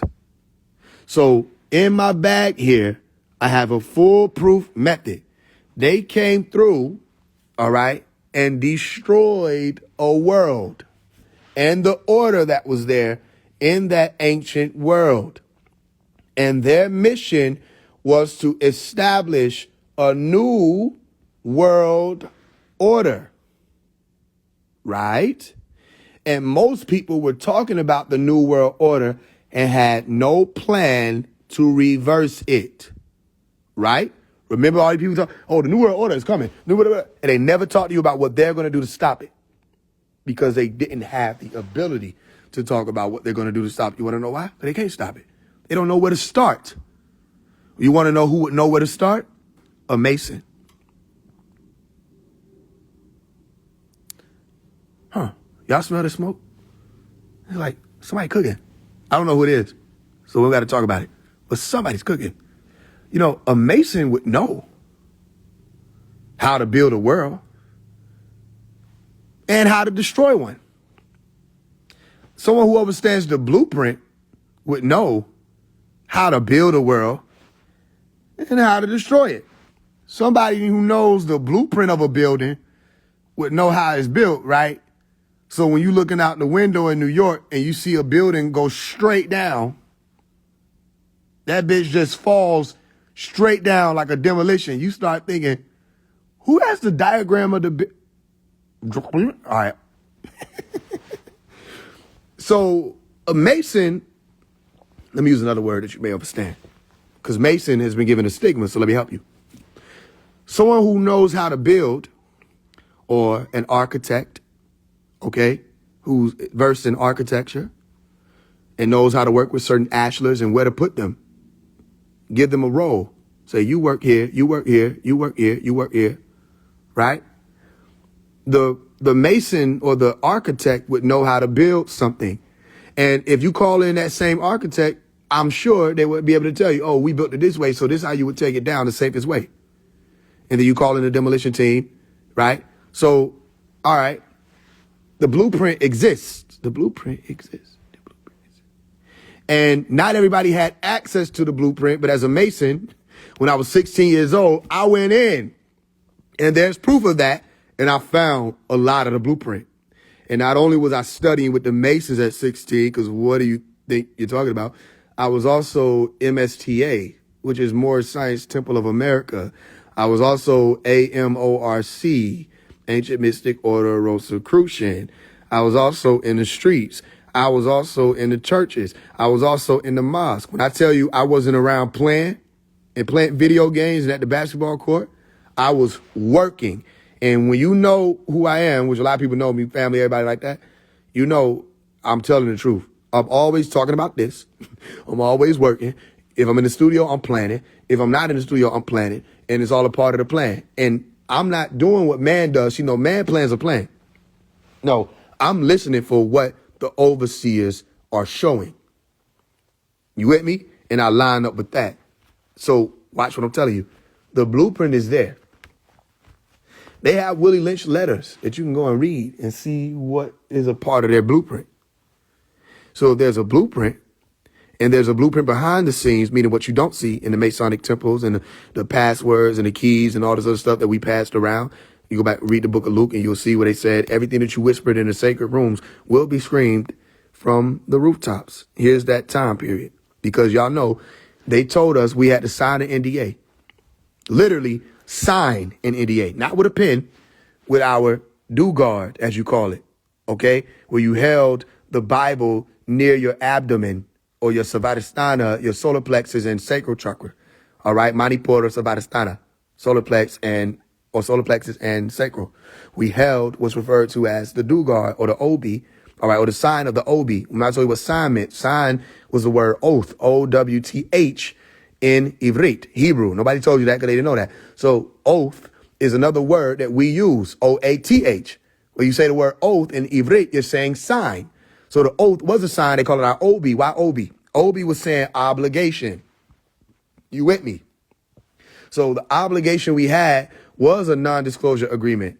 It was given to us in our statement or our Obi of I will always hail, meaning conceal, and never reveal the hidden mysteries, not secrets. That's a whole other thing. Hidden mysteries of Freemasonry. So why would that be a part of our Obi? And why were we giving arts parts and points? What was the purpose of that? And what were the penalties for it? And all the Masons know what I'm talking about, which is why they be quiet when I talk. Right? They like, man, this nigga know what he's saying. Yeah, because I wasn't lying about becoming a traveler. I did it so young that people like, how did you become a Mason at 16? I said, you got to take it up with the twins who thought I was qualified to travel. They came to me and said, we want to talk to you about the square. Stay with me. So they gave us our arts and our parts and our points, and we came through and we learned all this stuff. And we had a lot of people in my high school, elders was challenging me and testing me. They realized I knew what I was talking about. They said, well, you know your stuff. Yeah, because I'm actually a traveler, just younger than what you were familiar with. And every time I would talk to the twins about it, the worshipful masters and the grand masters, they said, when they ask you, just tell them you demole, right? So they already gave me how to respond to certain things when I was in the younger ages, which I'm older now. You with me? So my point is, I learned the blueprint. And I said, this whole world is built off of this blueprint. Not to mention the fact that Dr. Malachi York had already written books on Freemasonry and all of that. And I was reading that when I was younger, even though I was told I wasn't supposed to read it. And I was reading the ancient Egyptian order books, even though I was told I wasn't supposed to read it. I wasn't the child that you could say, you can't read this and then walk away. They had to know that I'm 5 and I can read. So I'm going to open it up as soon as you leave. And I read and I read and I read and I read and I studied and I studied. And I wanted to know everything I could. And I had a plan. So now as I get older, you start realizing when I had the songs like My Vision, right? The My Vision song I wrote when I was 16. You see with a big uncle on, you see that on Faise One Productions. The first line I said was, trotting down the road of tribulation. Diamonds, diamonds, diamonds on me dancing, but the middle one is shaking. And the doctor told me to be patient. So I walk around head down and my shadow's always anxious. Walking around with pharaohs and we changing. On our way to get a whips and chains in for some flames in. Everything was wrong before we came in. Side of this world, but they always frown upon my generation. We don't have no book to put our page in. Seem like all the teachers in my school never knew that we was waiting for someone to show us how to raise in. They told us that we dirty and they never run no water for us to bathe in. I could see the future just like Raven. I could see the children of the sun trotting roads that we paving. Word to the future, this is phasing. If we don't get it right, it's our fault. And we not placing no blame. Ain't no blame on the babies. We gonna need our babies. We gotta be careful what we feed our babies. Pharaoh may be different, yo, but he not crazy. I promise that I do this out of love, for real. And I can't tell you what I saw. You won't believe me, no. All I can say is time is changing and it's speeding, yo. Just pay attention to my voice and it'll lead you folks. Because what I learned is what you need to know to free your soul. Pharaoh, Pharaoh, what you see last night? I saw a floor, half black, half white. Pharaoh, Pharaoh, who was on that floor? There was a man asking, did I want some more? Pharaoh, Pharaoh, did he say anything else? He told me love was on the way to give me help. Gave me a buckle and I placed it on my belt with all the rest of my tools. Told him save it for myself. Like, what? This nigga was 16, so you know I went at the lunch table just trying to see what the hell they was serving. I was coming out, I'm thinking of a master plan. Master plans. You with me? I mean, you can go see that. Everything is recorded, right? Remember, I left a track record for you to find out. When they say I'm an agent, make them explain their little bitty selves. Say, what's your plan? You with me? You don't have the power to infiltrate the Masons. You don't know that. You wouldn't know where to start. You definitely didn't have no mind to do that at age 15, 16. To go into, man, I'm going to go and learn. They said, you can't say nothing about any of this. You can't talk about it. I said, I got you. I told you I did the Smokey thing. When Smokey said, when he pull up, I'll be quiet. When he leave, I'll be talking again. Yeah, I did all of that. I said that. I told him I ain't going to say nothing. I lied. Okay, now what? tell me I can't tell the people what I learned. So don't, when they start saying all that little bitty shit, say Faise One agent, remind them, this nigga is our agent. Where you go? Where did you go and sit and they didn't detect you? You know what I mean? What was you doing at 16? Let's see your track record. Where was you at? What was you doing in high school? Was you teaching? Let's see your videos. Where's your proof? What were you doing your whole life? What was you at 10 years old? You know, all this stuff goes way back. What was you doing at 10? What was your purpose at 10? You didn't have no purpose at 10. You was playing games, literally. You see? So, no, this is, tell them next time they say Faise One agent, say, yeah, Faise One is our agent. He works for us. You with me? Say, nigga, Faise One op, tell him, you're right, he's your op. If you ain't rocking with him, he's your op. And you need to ask him, are you okay? Are you ready? Are you prepared? You look pretty comfortable to have Faise One as an op. Because the last one you want out here as an op is him. You see? Because ain't nothing you could do with him. So you look smaller and smaller and smaller. And then you just keep talking about him. And you keep talking about him. You keep talking about him. And you keep talking about him. But you won't say his name. Say his name out here. Let people know who you're talking about. Same way y'all set up debates and be all that. Let's do it. Let's play. Why nobody want to play with me? Remember? Everybody played with each other. That's what I came. I said, can I play? They're like, What? What happened? Y'all bring each other on lives and y'all debate and all this stuff. Why y'all don't want to do it when I show up? You see? Then they come on and act like they ready. Remember the dude, Kala Amun Ra, who didn't even speak the language. You don't even speak the ancient Egyptian language, but you're using ancient Egyptian names. And you don't even know what it means. And he said, Amun means everywhere. What? No, it doesn't. You just went off of a falsified interpretation. Amun never meant everywhere. And everywhere wasn't associated with just Amun. There were many deities that they said were omnipresent beings. All right. And of course, that would have been who you were speaking about, those who interpreted it later. Amun meant hidden. Everywhere ain't hidden. That don't make sense. You don't know what you're talking about. So how you don't even know what your name is? Then he tried to, listen, everything he tried to say, shut it down. Yeah, thoughts carry weight. Oh, okay, how you measure it?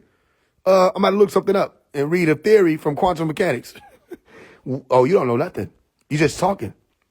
What do you know? What do you know about what you're saying? But you got something to say about Malachi? Shut your, I almost said something. You know what I mean? Hey, listen, that's why I do it, because they come at Malachi and I'm like, nigga, you can't do nothing with me. You definitely wouldn't have been able to do shit and won't be able to do shit with the master.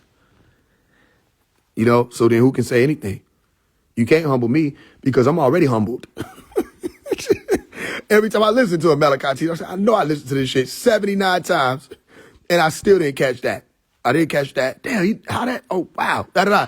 If I go right now and listen to one of the old teachers, I'm going to hear something that I didn't hear. I'm already humbled. You can't humble me. You know what I mean? I know who the master is, and it's not y'all.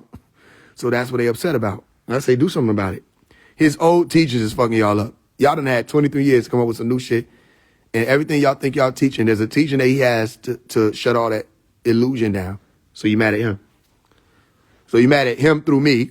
So you're going to be ultimately mad at me. And I'm like, what did Faise do to y'all? He didn't really do anything to you other than speak the truth. Y'all hear me? So we're building a new world. It's happening right in front of them, and there's nothing they can do. The industry has changed. You want to know what else? We're not going into the music industry. We're building one. That's another thing. When Malachi asked the family, he said, yo, what y'all want to do? Y'all want to go and infiltrate their industry, or y'all want to start our own? Everybody was saying, we want to start our own. In all actuality, they wanted to go in and infiltrate because they thought it'd be easier. So that's where India Irie and them went.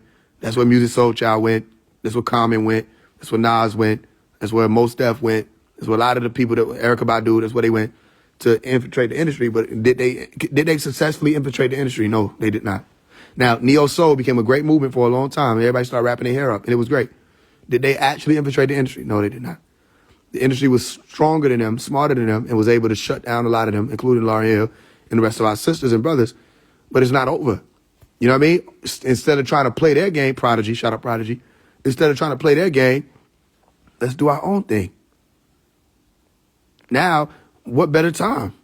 You don't need their, industry, they machine, they engines, they distribution. You don't need any of that now.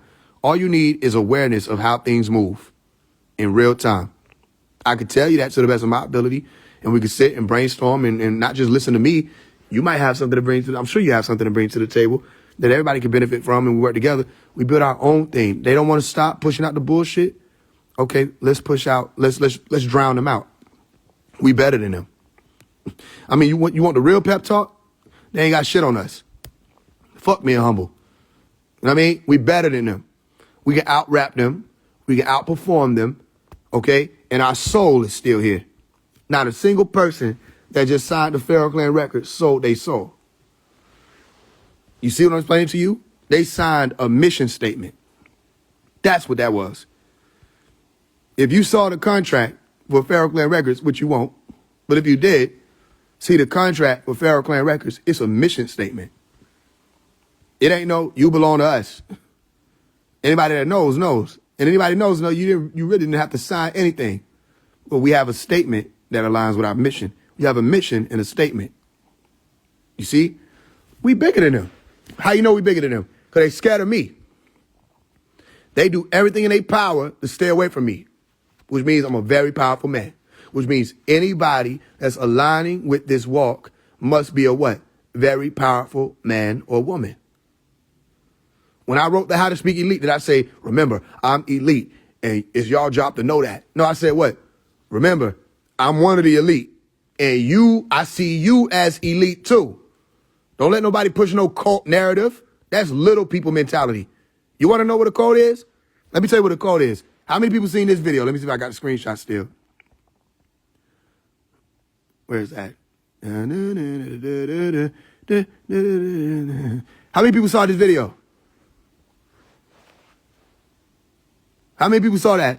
Where the young lady was attempting to voice herself and say what she was saying about what she felt, and they acted like a demon was in her because she paid homage to her stepmom. How many people saw that?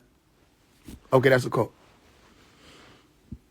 First of all, get your hands off me. That would have been me. But, why is you touching me? That would have been me. But, people are different.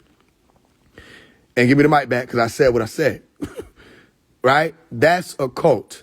And the child sitting there, they're trying to convince her she's demonic. And this is why people turn away from your church. Because all y'all in there faking the funk and you're going to try to use Jesus. In the name of Jesus. In the name of Jesus, because you better not bother Jesus about no damn opinion about a stepmom. The fuck is you bothering him for? Jesus, come here. What? What you want? What? I would hate to be Jesus. Y'all bother him for every motherfucking thing.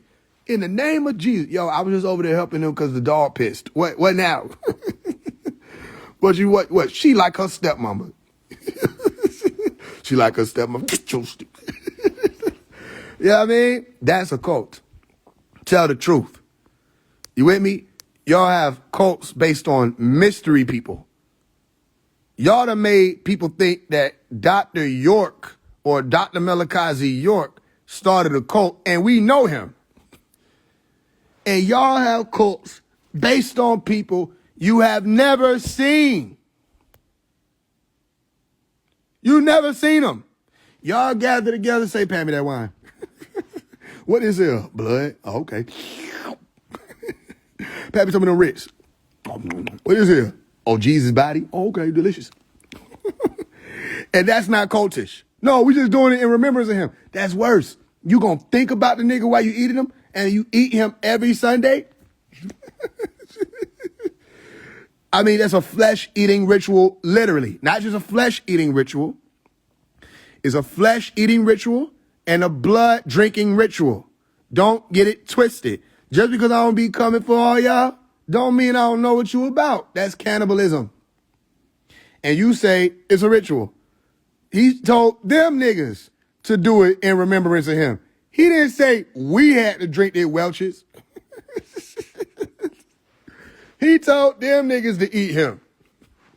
You know what I mean? I mean, you done had people say, bite me. Nigga, Jesus said, huh?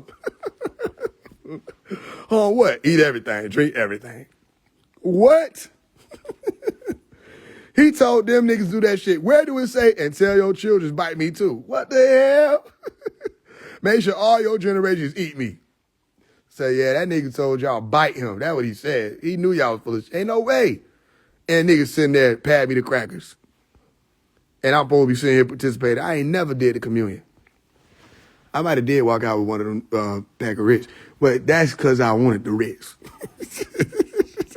I ain't eat them in the church, is what I'm saying. Y'all ain't listening to the things that are important.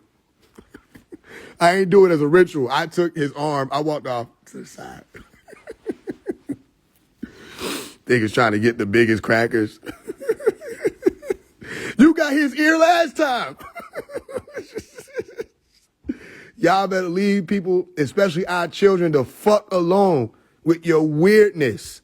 Get your hands off our children. Literally, y'all are the demons. I shut it out of Dante. Remember I told you I shut it. They always want to bring up Shawty Dante. What the hell Shawty Dante got to do with this? She wasn't talking about Dante. She was talking about her stepmama. I heard her. That's why she stood there shake her head. This is some bullshit. That's what she wanted to say. This is some fucking bullshit. I ain't say nothing about Dante. Her shut it out of Shawty Dante. Not by the long shot, Shawty Dante. Not by the long shot, Shawty Dante. They always want to say not by the long shot, Shawty Dante. Like, nigga, you ain't say nothing. Say what you said.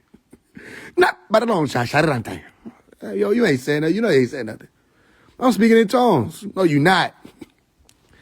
We tired of this shit. You know what I mean? And then everybody in the comments, y'all, that's who really wrong. Y'all wrong. Everybody in the comments trying to act like it's some, oh, we can't believe that. Y'all know that's church.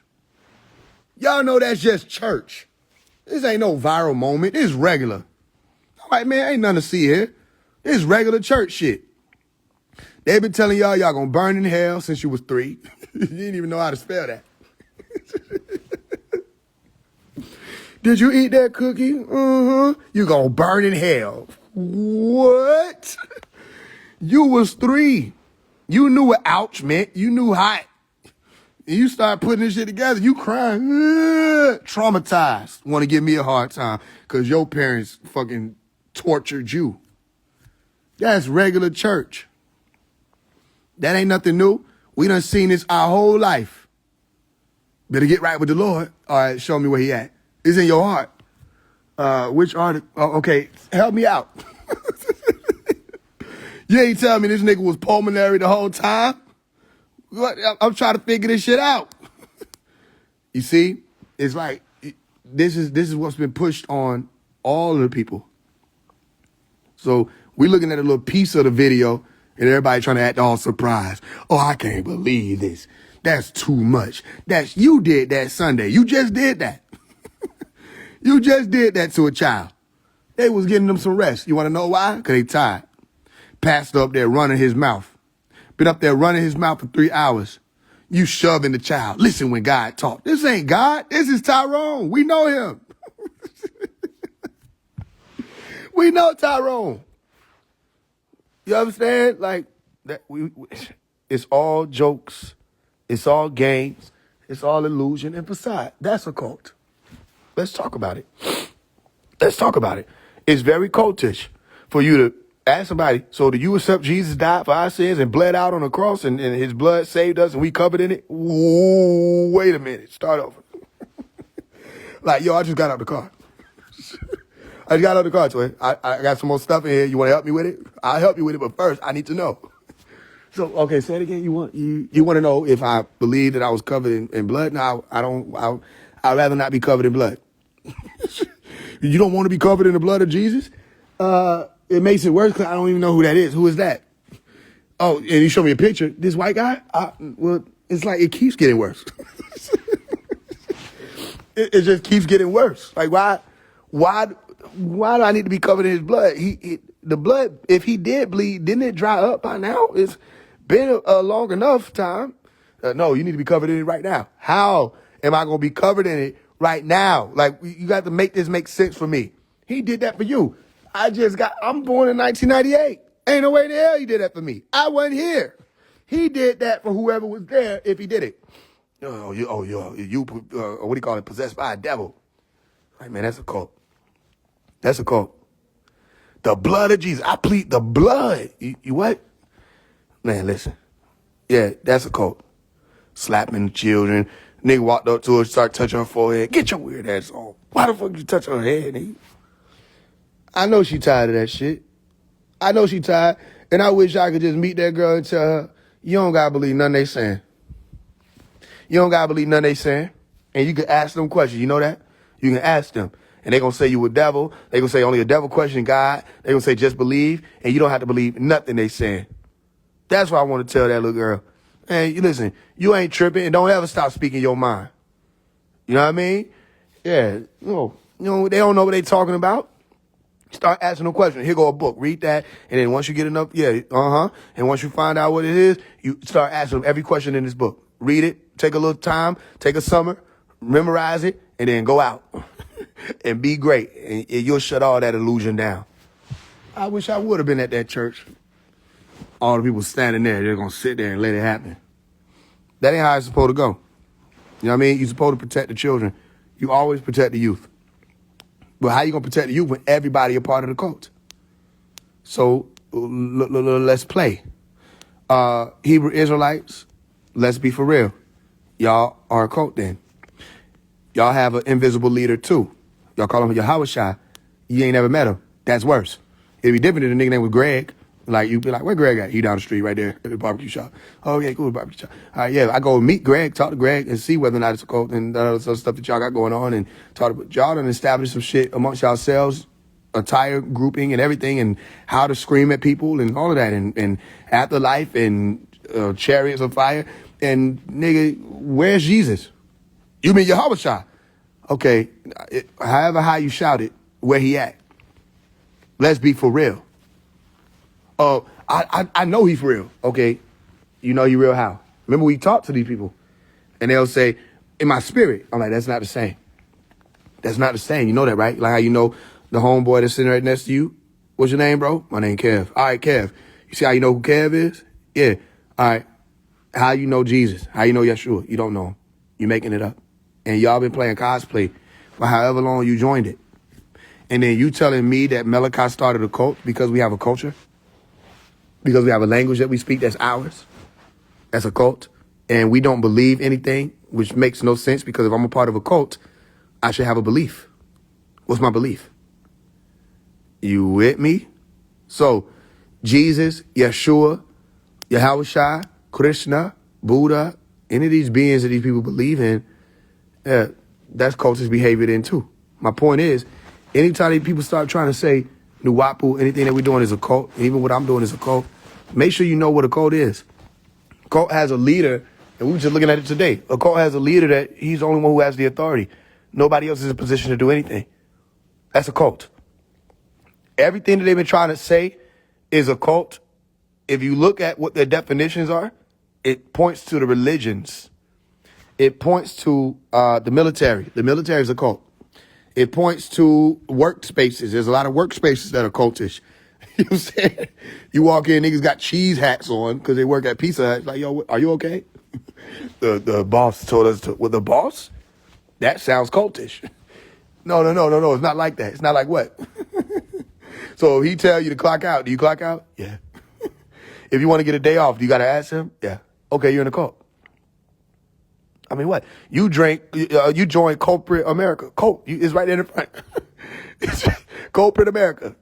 Yeah, now look, they're going to take that too. You call corporate, I call it corporate. Corporate America. They're cultish and they're pricks. And you know that. Y'all know that. You just thought about it, didn't you? Because now they're going to run out with that.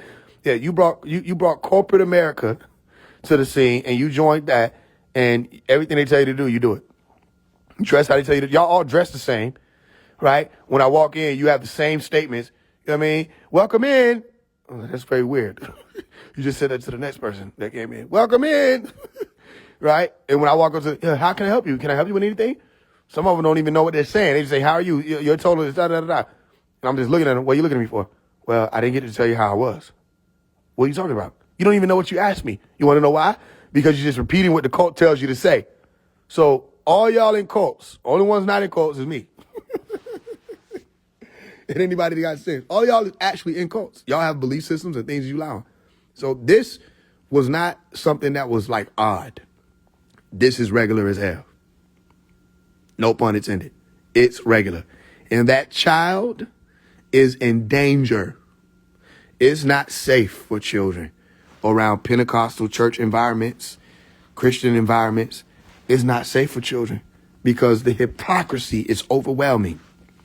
And the ability to stifle a child as opposed to allowing them to speak is dangerous. Meaning when something happens to them, they're not able to speak.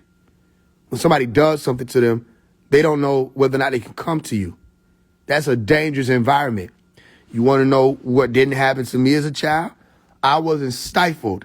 I was told, speak your mind. Something happened to you, somebody do something to you, you speak up. Which is why when they were asking the children what was going on in our community, we were like, ain't shit going on. We were very wise, intelligent children, which is why they had to go to them adult liars. None of the children was like, yeah, that's a lie. So they didn't have no children on no case because the children gonna talk like, bro, no, the government lady, the Fed lady told us to say that. Niggas literally was saying that. She was telling me I had to say this. Nothing happened to me. So why would you try to stop children from speaking what they need to say and use God to do it? So my point is, don't let nobody kick this whole it's a cult thing, all of that. No, we're getting business handled. I have a lot of people that are rocking with me that see the importance of getting business handled. That's what we're doing. And they're not going to stop it.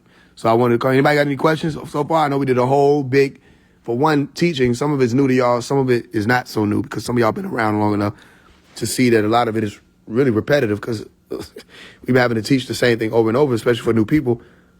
Anybody got any questions so far on what we've gone over, what Pharaoh Clan is about? Pharaoh Clan isn't new. I didn't make it up yesterday. No, I didn't scam anybody for money. But I let people think what they want, and then you look around and you say, damn, the nigga was for real. I am for real, and we're not finished. Like I said, everybody that's here, when you get out of here, or when you see this, if it's a replay, you go into the link in my bio. Is it in my bio? I think the link is in my bio. And you go and, yeah, you can donate to the fundraiser. We're still donating. The reason why I said 300,000, that doesn't mean it's the ceiling, and, you know, that don't mean it's the minimum, right? It's because people can donate along the way to aid and assist with what we're doing. Pushing the artists out, more events. We got something else coming on January 1st, so be looking out for that. I'm not telling you just got to watch my story, all right? Just saying that most of the time when it comes to certain things like that, like certain people were like, why you didn't tell us about the event? I did. I told a lot of people about the event. It was more private. And the way a lot of people found out about it is because they were what? In the private chat. And I told people this is how you join the private chat.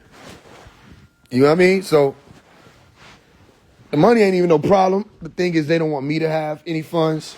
So people try to make it seem like I'm scamming. Even though I literally say what's going on. They just don't want me to have any help because they mad at me. Oh, this nigga scamming. And that's, you know, they put their Cash App in their Clubhouse link.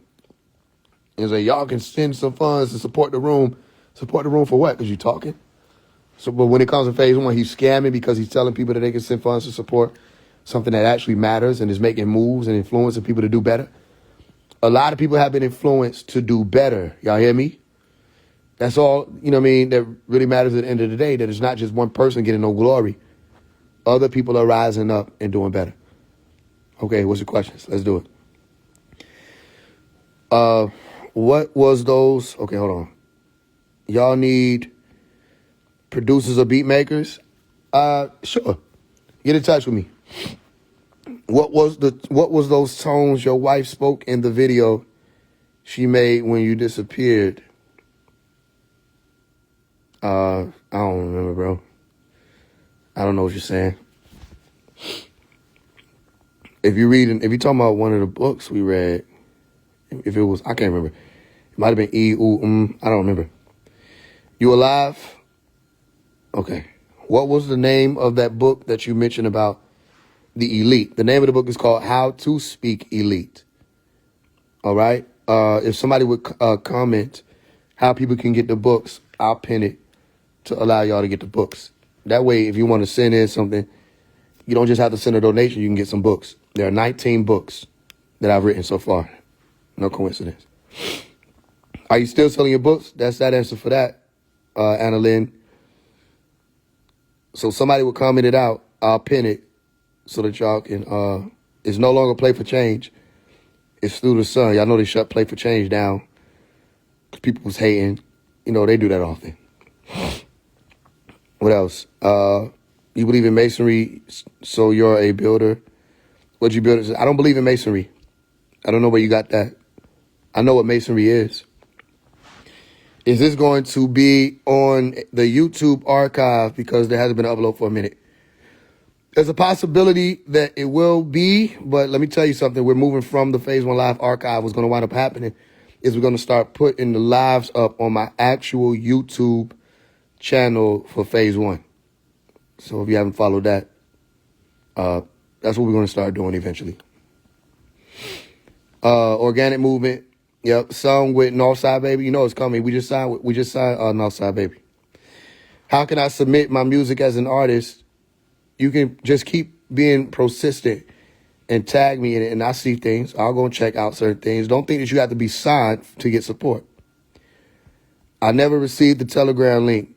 Okay, for everybody that said they never received the Telegram link, I'm not over that. I did tell people what to do. DM I am Asia. EYE.am.AASIYA.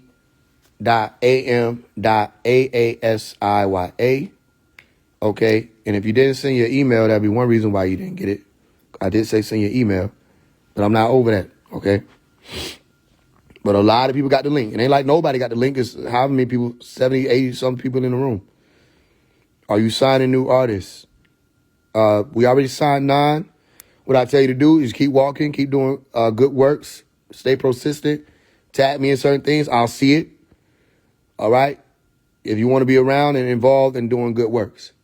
Great works. And by June of next year, we'll be signing 9 more artists. Why do you echo your words sometimes? Because I'm telling you to pay attention to what I'm saying, that it is way deeper than what you're hearing. It has multiple meanings. What else? It's going to be on YouTube. Okay. What's the best way to stand tall in the midst of the madness? Stop trying to control everything. Control your emotions. You ain't going to be able to control everything. A lot of times when people feel, affected by that madness, because they're trying to assert dominance and autonomy over things they don't naturally have autonomy over. All right? What else? Science of the green light. Signing artists here down for the movement. Yep. Okay. Heart on fire. Send whatever amount you think the books are worth. Oh, yeah, that's the thing. You can send whatever. It ain't no specific amount for the books if y'all thought that. You still get 19 books. Just make sure that when you send whatever you're sending, because I just pinned it, put your email where it says for. So people don't be out here, because every time y'all do that, I told y'all, like, man, come on, y'all fucking up the business. People be like, yo, I didn't get my books. You never sent me no books. It's fucked up. I'm like, yo, man, I just looked at you. You didn't send no email. Well, I'm going to send it to your Cash App. Put your email, you know what I mean? And that way it make it easier and smoother for everybody. And you'll get your books. One thing about the sisters, they make sure people get their books. Freemasons brainwash. That's a good thing. If somebody's brain is dirty and somebody come through and watch it, that's a good thing. You don't know what you're saying. Faise, brother, how are you feeling these days, my brother? I'm doing my best.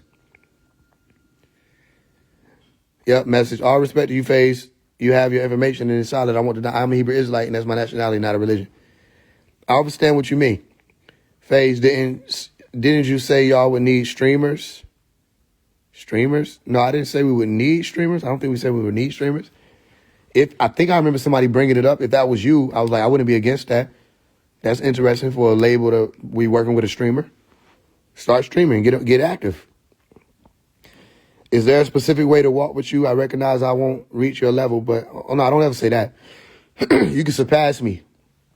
And it shouldn't even be merited on my level. You focus on reaching your level. You know what I mean? Come on now. It ain't even about just walking with me. That's just part of the rhetoric. Okay? It's about making sure that you continue or keep on evolving and doing better in your life. So no, it ain't about whether or not you're going to reach my level. Okay? If I talk to anybody like that, it's because I'm talking to an op. I'll shit on an op real quick. But if you're saying you just want to make sure that things keep evolving in your life, advancing, don't think it's just me that you... No, it's not a recording. Don't think it's not me. I'm not the merit. Because they don't tell you who you are and what you're here to do. You see, just where you found me, I'm finding you at the same time. Don't get it twisted. I'm your fellow servant. You ain't up under me unless you my op. I put ops under me every day and I flex big on them. They can't do shit about it. Hold my nuts. But if you walking with me, man, please, we walking together. So, I mean, you ain't just walking with me. Don't get walking with me misconstrued with leading and you following somebody. Because when you're walking with me, like I told people, if I'm about to trip over something, you can tell me. Because you can see what I'm about to, we all see the same thing we walking toward. But if you walking behind me and I'm not paying attention, you can't see what I'm about to trip over. I trip, you trip, the person behind you trip. That's not what we doing, bro. Some people are going to have abilities I don't have. Okay? Some people are going to have expertise I don't have. And that's the reality. I'm not saying that to be modest. I go to people, I say, yo, man, we working on this website. We need help with this. Yo, can you look into this? Da-da-da-da. You good with that? Yo, listen, I need somebody with some more expertise on banking. So we make sure this is in order. All kind of stuff. I go to people all the time for help, aid, and assistance. And people come to me for help, aid, and assistance in the levels of expertise that I have. We helping each other, one another. You know what I mean? So just get that clear, Pluto. You're not under me. You with me? This ain't that. So don't look at me like with no wide eyes or no pupils dilated. All right, listen to what I'm saying. And if it prompts you to do better, that's great. And just remember, I had plenty of people in my life along the way, all right, from all different walks, homeless people, multi-billionaires and millionaires, okay, and people that are Christians, Muslims, all kind of people that inspired me and gave me prompts that caused me to shift things around, you know, that I was able to use, elementally speaking, to help me in my life. And then we do that as a community. Next thing you know, we've developed greatness. That's what it's about. So don't get caught up. I'm asking you not to because it's very important for you to learn that soon. Because I know how it gets, right? When you got somebody coming in, got all this information, and it's like they got the charisma. It's like, yo, man, this is the nigga. I got to follow him and walk with him and da-da-da. Man, please. Listen, I already told you, the one who opened up all of this is Dr. Melakazi York, right? And eventually, you're going to hear him speak. He's not done. Eventually, you're going to see this be finished. I'm just doing my job, my part in it. And then if there's anything more after that for me to do, you'll see me doing that because it's being said by the master who's been the chief, been the general always. Okay? So if you want to look up to someone, don't look up to me. You know, I mean, I'm not going to say don't look up to me because some of y'all may be younger people and it's okay to look up to people. They just try to demonize it to make y'all think that, you know, it's a bad thing that you look up to people when all people look up to somebody, right? So it's okay. I'll look up to you in different ways. You know what I mean? You might be able to dunk a basketball. I'm not saying that that's the only thing you could do, but I'll be like, yo, that's crazy because I can't do that. Still to this day, I don't get it. Dribbling basketball and running with it, I don't get it. So a lot of niggas I look up to, like, that's a magic power. You know what I mean? You may know things about tech that I don't know and all kind of stuff, or you may have background in agriculture or whatever it is you're expert in because you're an expert in something, okay? I'll look up to you in that. So even though you may look up to me in certain ways, remember the master of it all, if you're looking for like information and all of that, that's Malachi. The master of it all, if you're looking for like the blueprint of how things have been done, that's Malachi. That's who I look up to. That's who I'm inspired by. You with me? To this day. To this day. So that's never changed. That's who I would send you to if you were looking for something to merit. I'm not the what do you call it? I'm not the standard. And that's not saying he is the only standard because they're going to tell her again who y'all are. I'm telling you, as what I found, what I can bring you, no one has surpassed him. Not in the works, not in the being, not anything. And I'm not saying that your goal is to quote unquote surpass him. But if you were to merit a standard, I would say it's the master teacher, Dr. Melakazi York. You with me? Even beyond all of that, who are you? What are you here to do? What are your aspirations? Your aspiration is not to be under Faise One, waiting to see what I'm going to say, and then, you know what I mean, do whatever I tell you. No, your aspiration is whatever your aspiration will be, and hopefully it's in alignment with betterment. That's what all this is. So I took that time to explain that to you because I can even see it and feel it and sense it through how y'all text certain things. You know what I mean? I'm nobody's God. If you really knew, listen, there are a lot of other brothers that are able to kick it and da-da-da-da, woo-woo. I'm pretty nice. Don't get it twisted. It's an ego going to come with Nuwapu, right? It's going to be orderly ego. I'm pretty nice with it. There are a lot of brothers and sisters that are nice with it also. And if they would stop looking at so much stuff that's being happening now as competition, you would hear more from them because I don't want to expose people to hostility. I don't want to expose people to confusion. So I would have been working with a lot more people if they didn't look at this as competition. It's not a competition. We have a mission, not a competition. You with me? So a lot of people just want to flex that they know doctrine and all this other stuff. It's never about Malachi and about growth and all of that and how we can do what we're supposed to be doing. So Pharaoh Clan Records is a big thing because music is a big thing. You with me? You make a lot of things change with music. Look at our community. Look at the young niggas and how they got there because of the music. Look at the sisters, the young sisters, and how they got there because of the music. Look at our culture. A lot of our quote-unquote culture, which ain't really no culture, right, is there because of the music. The things we do, music. The things we think, music. The things we say, music. Right? So they say if you want to know anything about a people, look at their music. This is a big thing. They don't want this to happen. We do. And guess which one matters most? Which will matters most? Ours. You got that? So you remember, you're here to grow. Not to grow me. You're here to grow. You with me? Now, the collective part, which becomes a union of all, is us all focusing on that truth. You with me? We all gonna grow collectively. That means you may be a Christian and you may be like, yo, I love what the brother just did when he was like, yo, I hear what you're saying. I'm a Hebrew Israelite, da, da, da, da. He didn't take what I was saying as no threat or no disrespect. All right? I want that brother around. You can be a Hebrew Israelite. If we talking and we want the Hebrew Israelites to say something and speak, they have a message still. You with me? Ain't no telling. Yahweh Shai could pull up. You know what I mean? They don't, just because they didn't know don't mean Yahweh Shai don't exist. Okay. We want the Hebrew Israelites to speak. We want the Muslims to speak. We want the NOI to speak. We want the Christians to speak. We want the spiritual people to speak. We don't want y'all to be in competition. And we also don't want y'all to be trying to bully people into believing what you believe. Make sense? All right. Any other questions? I know I took the time. So y'all might have to type out your question again. I'm going to answer a few more questions. We get up out of here. Firstly, before I move forward with that, I want to thank everybody again for any type of support. It didn't have to just be financially. Okay.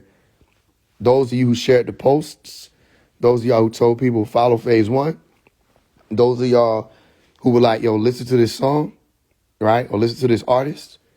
Those of y'all who sent in funds for the books. When I did a fundraiser, I said, yo, I need some help with this. And y'all was like, I'm just going to help you. Even when I disappeared, people were like, yo, here goes. They were sending money to a ghost, but they knew, right? Those of y'all who saw that, sent that, don't think I don't note that or count it. Any help and aid and assistance that y'all thought was worthy to help with this, it matters.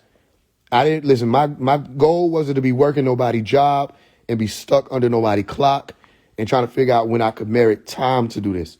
Even though I thought about it as an option back in 2022, the last time I thought about it, I walked into a warehouse. I couldn't work there for 30 minutes. Literally 30 minutes later, I walked out. I said, I can't do this. It's too much that I can be doing with my time. You see? So whether it was a movie and you sent in something, you know what I mean? Y'all know me. It ain't even that I want to ask because I'll attempt different ways. I'll say, you know what? Let's do this song, Grind at the Mill. Everybody just stream this song. And for a while, people were doing that, and that helped. So if you stream the song over and over and over again, you with me? You know they weren't able to come at me because when they have them streaming forums, most of the time it's in the building. And they'll target that, and they have AI that's able to find streaming forums because they put all them phones in one building. We didn't have a streaming forum. We had people all over the states, right, and over the world that were streaming it over and over and over again, and you can't say that's a streaming forum. And they counted the loops. So a lot of times, big checks was coming in because of that when we first released that song. I remember one time it was $7,500. They made us wait for 14 days in order for our funds to clear because they were like, yo, we need you to verify this, that. Y'all know that. You with me? Well, they couldn't hold us, and, my Umi is lethal with the pen. So we like, yo, you're not going to hold our shit. And then they had to release it. You see? But that was because of y'all. We were able to do a lot of stuff with that. So I don't always want it to be I'm asking nobody for no money. I want it to be, and it will be one day, that we just drop the music and people stream the music and then the streams go back into what we're doing. You with me? Maybe one day soon, because it will be one day that I see it, maybe one day soon, we'll be able to show people the power of what a Grind at the Mill song can do. If they just stop fighting me. Stop fighting me so much. You know what I mean? I know it's a lot of hate. I know the things I say you don't agree with. So I don't really have the collective support of each individual organization or crowd of people. I know that. I get it. But you stop fighting me so much, you realize what I'm doing. You with me? So you just read it. Look at even how I'm signing that paper and looking at you like, listen, this is real. This is happening. There's a plan. All right. So everybody that sent in anything, any type of aid and assistance, just thank you. You with me? Because I didn't know what was going on. I'll tell you something in a second, though. Can I rep Pharaoh Clan if I'm not signed? Yeah, sure. We won't claim you if you're doing things that are not in alignment with what we're doing. Simple like that. We'll just say, I don't know who that is. If you're doing things that are not in alignment, we'll let people, you know me, you can't just say stuff about me and I not say something. You know me. So you ain't gonna be able to just, oh yeah, is this guy with you? I'll be like, no. If you're not moving how we move, I'll let it be known. I ain't gonna just let it be out there. But if you're doing the right things, all of that, great works, man, please. Yeah, it's all a part of it. Pharaoh Clan been around before the label part. Since I was 15, 14, in 9th grade. So I told them, just hold on. A lot of Pharaoh Clan people walked away. I'm like, they didn't hold on to the ride. I said, all you gotta do is hold on. There's a plan. This is war. You can't just say, I'm gonna be big. They'll block you. It's with Nuwapu. Everybody else, they'll let them through. All the spiritual rappers, Soul Illuminati, all the rest of people, man, please, they'll let them through. But when you come in like this, it takes more work. They've been trying to isolate me, but we got more people now. What are they gonna do? So even when they trying to shut me down, you gonna see 1440 Ty, Sunday, the rest of them, Farrelly, the rest of them, Divine Wind, Tafari Ali, Eternally 9, the Northside Baby, I see everybody else. You're gonna see us coming in from different angles. Don't sleep now. That's the worst thing you could do at this point. You never know who's gonna blow next. So don't sleep. But we got a plan. All right, any other questions? Oh, that's what I told y'all I was going to tell y'all. So the sister Tassili, who has the restaurant, a few different places, I think, now. Tassili has the vegan restaurant, Tassili Raw Reality. She did a reading for me when I was 13. Actually, she did a reading for my Umi, and the reading was about me. And my Umi was like, how can I help him with his music? I was literally 13 years old. She said, how can I help him with his music? He wants to do his music, but what can we do to make sure that she said, he's going to have to pay his dues in order to get where he needs to go. He's going to have to pay his dues, meaning it's going to take some time and some endurance. She said, for me to keep moving with that in that direction of due paying. And she said, people will send him money, right? And he's going to do well. This is Tassili. She gave this reading when I was 13. Here's how you know that reading was so on point. I didn't even have a phone at 13. You with me? I didn't even have no phone. I had like an MP3 player. I would listen to music. So there was no Cash App. There was no, none of that stuff. People would send, I didn't even understand what that meant. People would send me money. I'm like, what does that mean? And then when I got older, and my platform started to grow a little bit, I came out with something called Sign to the People. Let's get that clear. Sign to the People is phase ones. So when y'all was seeing people say sign to the people and y'all was disrespecting me at the same time, I was just sitting there like, this is crazy. Like you was quoting my shit in a disrespectful comment to me. So yeah, you don't know about 1440 Ty. You don't know why he's here. He's the one with the plan, da-da-da-da. And then you commented and you put hashtag sign to the people. I'm like, you just said my shit. Sign to the People is literally mine, right? I have proof of it. You go look up Phase One Sign to the People. GoFundMe is still up from 2020. That was the first time I said, you know what? I need aid and assistance from the people. Y'all have to help me. Well, you don't have to help me. I'm asking y'all to help me. I want to do this, but I don't have the funds to do it. You know what I mean? Can everybody help me? It took me 3 months, but I raised $3,000 something in 3 months. And I was able to start, doing stuff with the funds. I was doing clothing and stuff like that. And I saw it first from a brother named Montana 300 when he wanted to do the, people wanted him to do the Who Run It challenge, the freestyle. And he posted up, he said, listen, I give y'all all this free music, all this other stuff. Y'all want me to do the Who Run It freestyle, here go to GoFundMe. Y'all can send funds in and I'll do it. And people were talking shit about it. I was looking and saying, this is revolutionary. So he inspired me to do it, Montana 300.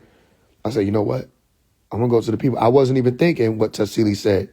I was just thinking, I'm going to go to the people and ask them if they can help me. And I told him that when I met him and went on tour with him. I said, you know, you're the reason why I've been doing the fundraisers and stuff like that. And the fundraisers is why we were able to do a lot of things, y'all. Most things is because of the fundraisers. So don't think, you know, when you send, like, I didn't like when people would send stuff like $5 and be like, man, you know, I wish I could send more. I'm like, don't talk like that. Because you don't know, you know what I mean, what it means that you sent 5. That you took the time to press the number and be like, I see you. Because I know what money means to people and how hard that, you know what I mean, people work. So don't think I think that people owe me anything. You know what I mean? And I know a lot of people say, oh, you grown, you're supposed to have your own money. I get all of that. So me choosing to walk it this way is, you know, that's a part of it. That's a part of the humility that does exist. Of me saying, you know what? I'm going to go door to door. And they refuse me, they refuse me. They receive me, they receive me. For those of y'all who receive me, all I can say is thank you. And we're not done. So it wasn't for nothing. Yep. Pharaoh Clan Records is active officially. We got it all handled. All the behind the scenes business handled. We've done 2 Pharaoh Clan events right under their nose. So there are a lot of things that people are hearing mouth to ear, you know what I mean, that are not being spoken out to the multitude. Just know it's not done. Y'all gotta talk to Montana 300 about that Almost There song. You gotta talk to bro. I don't know when we're gonna drop it, but all I know is whenever we drop it, it's gonna be at the right time. Watch what I tell you. It's gonna be one of those songs where when we actually do drop it, it's just gonna be at the right time. I ain't even mad, cause like, you know what I mean? Some like greatness takes time. Sometimes it happen like that. I think it's also like a beautiful thing that we haven't dropped it. Because that song captures 2021 where I started to catapult and I didn't stop. Know what I mean?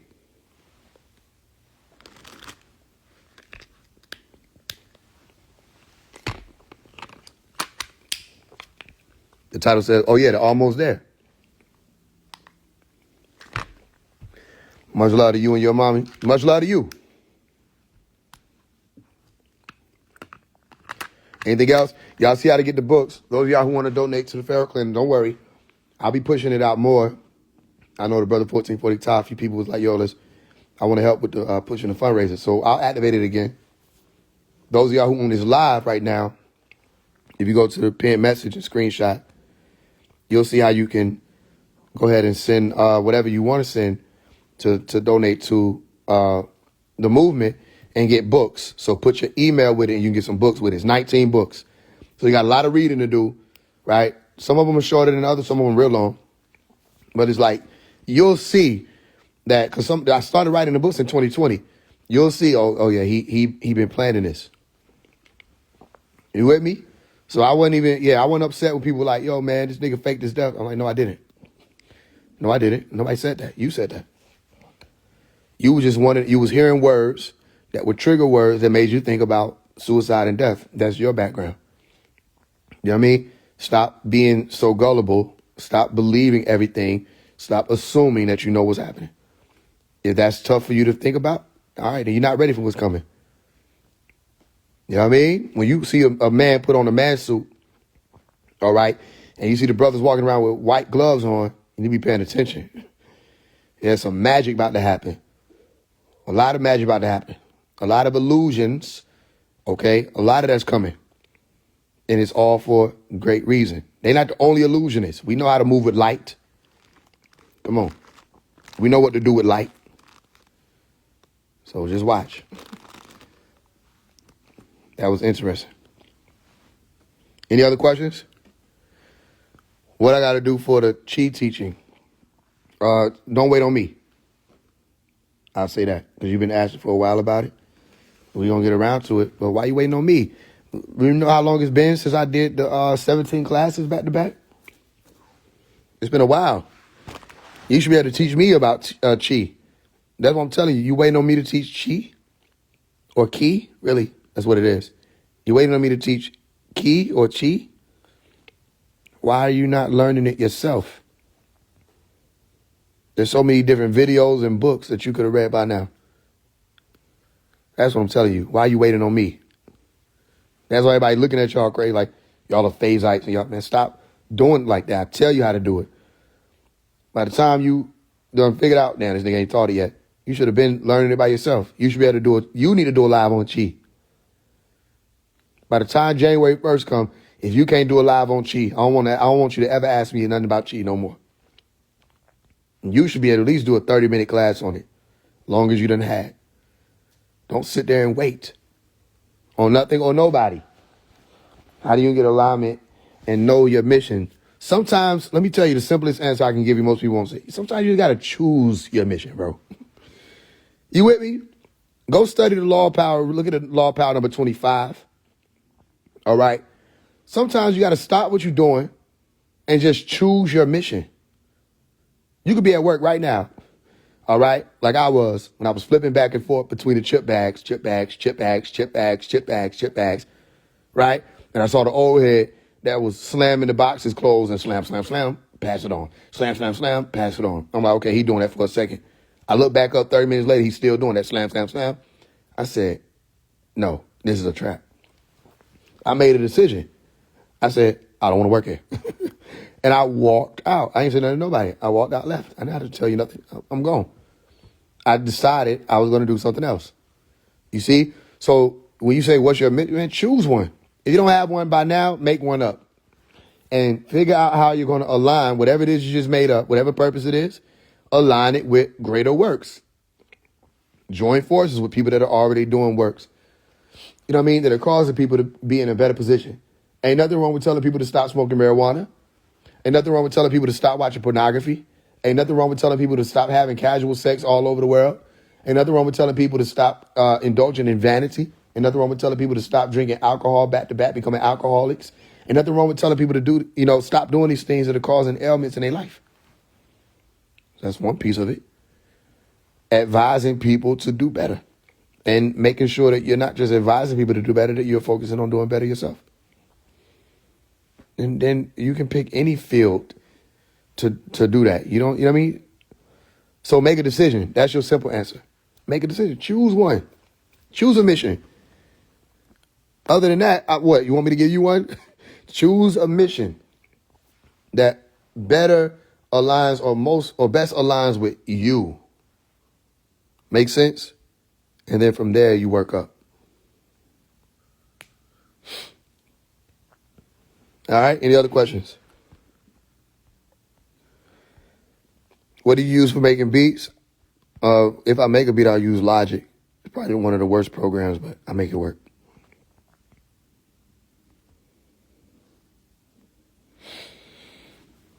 Yep. Good advice. Yep. Choose either. Yep. It was on target. Yep. I ain't gonna tell you nothing wrong. You don't gotta wait for that. Choose your mission right now. You know what? I want to be NOI. Then go be NOI. You know what? I want to start a bakery. Start the hell out of it. You know what I mean? Whatever it is you choose, and don't go out to hurt nobody. You know what I mean? Do the right thing and watch it align. It'll align.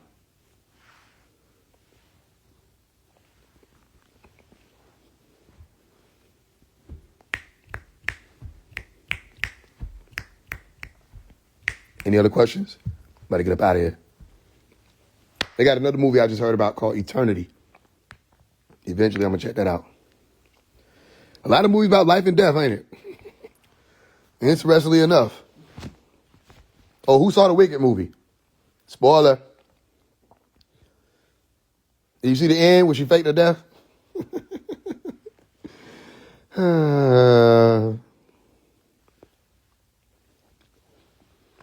Why would somebody fake their death?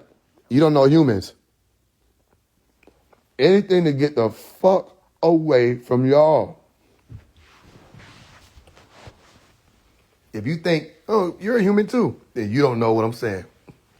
You don't get it. I know exactly why somebody would fake their death.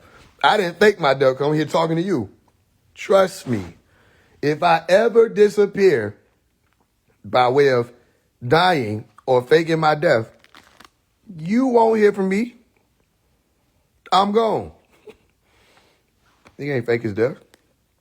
That's why I was like, y'all so, nigga on Clubhouse, you faked your death for clout. I said, how am I talking to you? Nigga fake his death for 5 minutes?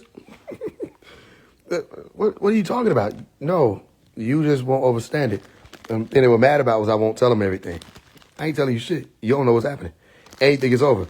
Remember I told them, I said, you think it's over. Then I popped out with the record label. They said, what happens next? Remember I told you, they don't know what happens next. They don't know what happens next. And next. They don't know what's coming. Y'all niggas thought I was going to sit on Clubhouse and talk with y'all for 10 years. Y'all niggas still on there. It's been 5 years. Niggas still sitting on there talking. Every time they turn around and went up again and did some other shit and changed some other shit. Man, nigga, we in motion. You want to know what one of the biggest shit that happened this year? A homeless man went up on niggas. A homeless man went up on niggas, bro. 1440 Ty shut these nigga ass down. And he in New Wabian.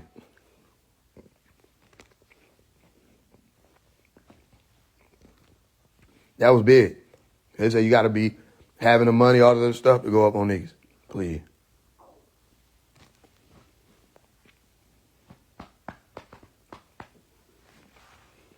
$610K, yep.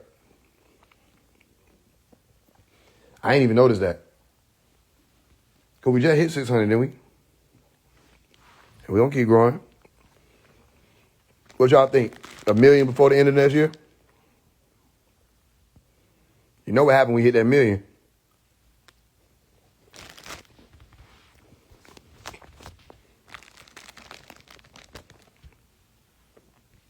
Any other questions?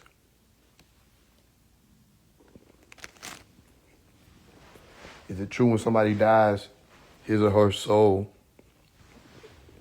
seeks people to live inside them? I don't know. I haven't died yet. Not that way.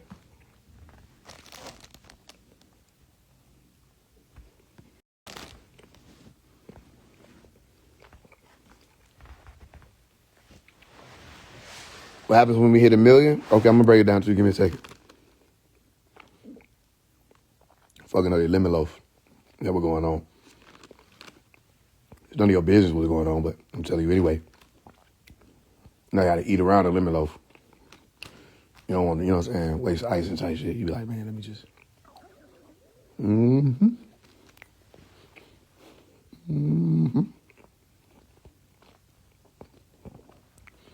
You know, you're a real nigga, you got to wait. You know what I mean? See? Get to that last little corner piece with the icing. You got to calculate that motherfucker. You eat a lemon loaf and you eat the icing first, fuck you. I don't fuck with you. I don't have to fuck with you. I don't care. It's my life. You know what I mean? Everybody know. Come on now, I ain't gonna lie to y'all. Tell you no lie. Everybody know when you get done eating that motherfucker look like this. Gotta look like this.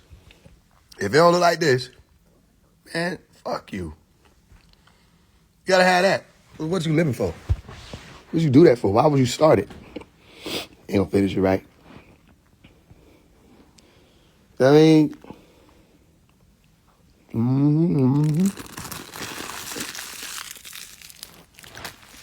Yep.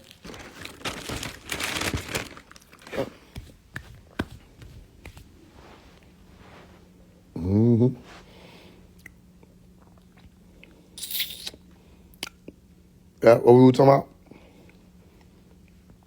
There's some motherfuckers in here eat the icing first on the lemon loaf. And I personally want to fight you. Personally. It ain't nothing personal. I just want to fight you in person. I mean, is it good? It was. It gone. Just over with. It disappeared. Let them talk about that. Where's the lemon loaf? Nobody knows. When you hit 10K, people start paying attention. Hear the rules. I got you, Miss Lee, Missy Lee. When you hit 10K, people start paying attention. Here go the rules. Why? Because I lived it. People start paying attention. And you see this in people, whatever they're doing. You be selling crystals. I mean, you selling newspaper, doing art, rapping, whatever. First of all, verified badge. Think about that. You need a verified badge. You don't want to spend $15 a month on your brand? I don't know what you're doing. Verified badge is a real badge, helps you maneuver through the Instagram world. Get more things done. Bring more attention. Attention matters. All right. Get you an Instagram badge. Like when they first came out, let everybody buy it. People talking shit. They said, yo, Faise, you going to buy it? I'm like, yeah. What? You care about what people think? Da, da, da. I said, listen, all y'all talking shit about it now, eventually people ain't going to care who bought it. Didn't I tell y'all that? And right now, people don't care who bought it. Ain't nobody going to everybody's page to go about who joined when and when it started and when they verified. I ain't doing all this shit. They see verified, like, oh, this person's important. Because human beings. So get you a verified badge before you do anything, right? Now, if you got a few thousand followers, verified badge, I mean, people will pay attention, but it's like, they're like, well, whatever. But once you hit 10,000, people start paying attention to you and what you're doing, especially with verified. So whatever number I say, make sure that you slap on a verified badge next to it. Once you hit 10K, people pay attention. Once you hit 50,000, especially as a rapper, okay, you're local, right? Or you're becoming local. You're becoming a local artist, right? Artists that are in your city may pay attention to you and watch you and all that stuff. You're getting traction. Once you hit 100,000, you're officially a local artist that's getting on. We call up and coming, right? It's official. Ain't no conversation about it. Like, it's for real. Once you hit another milestone, which would be 200,000, 300,000, 400,000, it's just more establishment of up and coming. But once you hit that 500,000, you're in the realm of what they call B-list celebrity. Officially, okay? You're officially, as a rapper or artist, in the realm of B-list celebrity. All right? Everything after B-list celebrity 500, when you get 600, 700, 800, 900, you're establishing yourself as an A-list celebrity. Once you hit 1 million, you're an A-list celebrity. You see? So we are past level 500 of B-list celebrity. So that means, for one, people know who Faise One is. You know it. Anybody be around me, we know we go out in public. People have that look, and people come up to me, all this other stuff. People know who Faise One is. It's real. Especially in certain communities, which is why I can't go into certain communities, because everybody know who I am. It's like a different thing, right? And if I do, it can't be for long, because everybody want to talk to me. Everybody want all this other stuff. And I'm not mad at it. It's just what it is. This is just the beginning, though, right? This ain't nothing. So we're at 6 something. And then you go towards 7, 8, 9. It just starts looking brighter, especially when you hit the 9. It's like your glow is increasing, right? And people are caring more. They're like, who is this guy? Must be somebody. Da, da, da. And then, like I said, remember the verified badge. And then you look at the 1 million. Another thing to pay attention to is what? The views, right? People go look. They look at your verified badge first, then your name, then your follower count, right? And your profile picture. And then what? Your views. And then your likes and all this other stuff afterward. The main thing people pay attention to is views. After all of that other stuff. They go to my page, they're going to see 100,000 views, 200,000 views, 300,000 views, 500,000 views, something million views. They're like, oh, this nigga's official. So we already got the view stuff on point. Why? Because we have a community of people that when they tried to shadow ban me, what happened? Everybody was sharing it anyway, so it don't matter. Even with that stuff being shut down and people trying to stop me from putting... Remember, they wouldn't let my music play on Instagram Music for a long time, and when we had to fight that, or my mama had to fight that, right, and keep writing letters and stuff like that. They didn't want my music to pop up. Every time you type in Faise One, it wouldn't pop up. You type in all these other people's music, they hold everything pop up. Now Faise One will pop up. It's the last thing I checked. You see that? So, yeah. The views on point because of the community. The followers on point because of the community. Everything really because of the community. And we just keep growing and blowing. And don't get it twisted, because somebody that just came in as a new artist could blow up tomorrow and hit 1 million or two. They can go viral like we never thought would happen. You with me? So we're in the business of everybody that's supposed to be in position will be in position to help this thing. So when we hit 1 million, they're going to be like, that nigga Faise One is a celebrity. You cannot deny it. You really can't deny it now, but, it's technicalities. Make sense? So then they have to involve me in certain conversations they couldn't, or they tried not to involve me in before that point. Like now, when they talk about hip-hop rappers and artists and stuff like that, if y'all knew what was really moving behind the scenes, you'd be like, for real? Yeah. A lot of the hip-hop number ones, top 5, top 3s, and top 1 are having conversations about Faise One right now. And that's not, that's not a hypothesis or a thought of illusion. That's because I've been on the phone having conversations with key players, and I don't talk about it because, okay.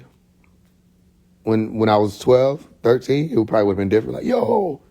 But I was like, all right, let's talk. I reach out to certain artists, like, yo, let's work. You know what I mean? They tell me what they got going on, and then we got plans to work. It's a lot of big things in motion. You with me? So another thing that you look at is I don't want it to just be me, not just because Malachi said it. It was just what it was from the beginning. I want other people to be in position.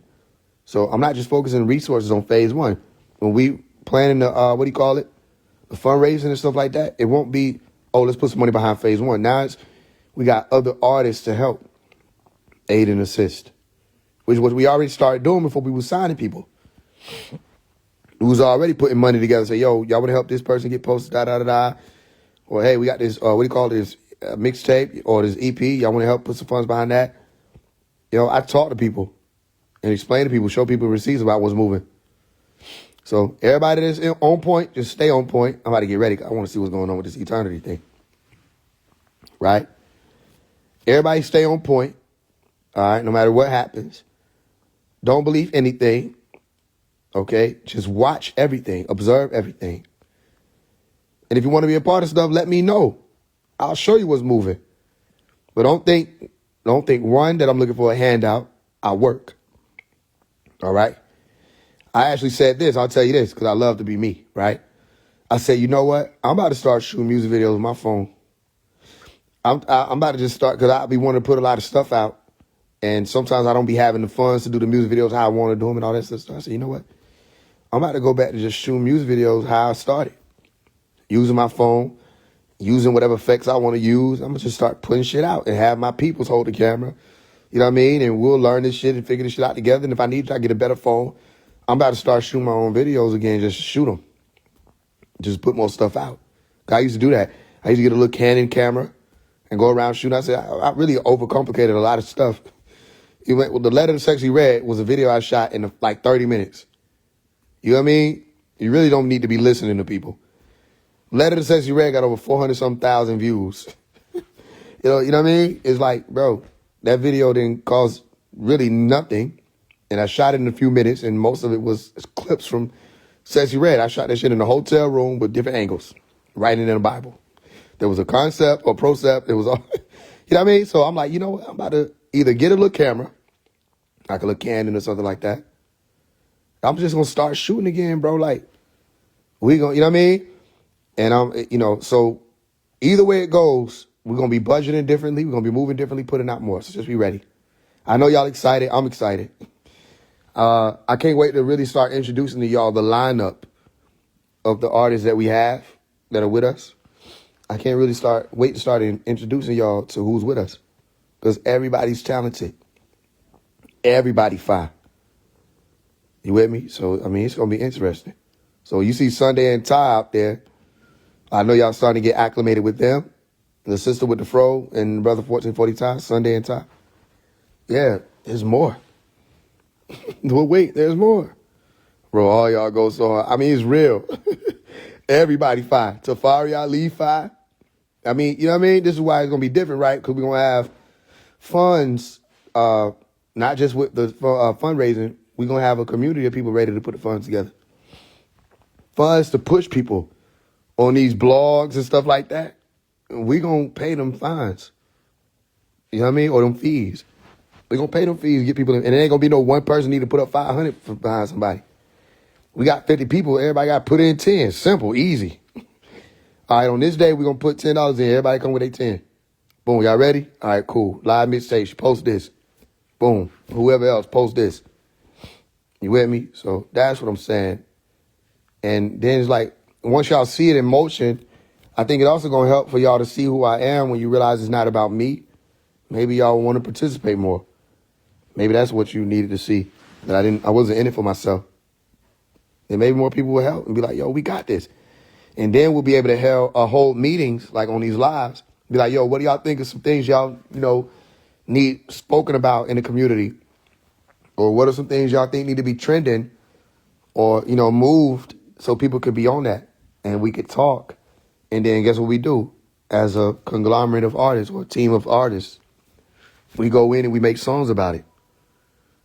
You know what I mean? And we push it and do movements and hashtags and challenges based off of what y'all saying people need to pay attention to. And everybody ain't just going to be no artist. People have voices to speak on things and all kinds of stuff. This is real. All right, so I'm proud of y'all on each side. The artists coming in, congratulations to y'all. Congratulations to the people, the people that supported before it got this big. Because I know y'all like, wow. Y'all remember starting this shit when it was like 4,000 followers, 5,000, 10,000. You with me? When we had a few views. Remember I said I remember 20 views? I literally do remember 2021 when I first dropped Source. You know how many people saw that? I mean, over the course of days, 200 and something people.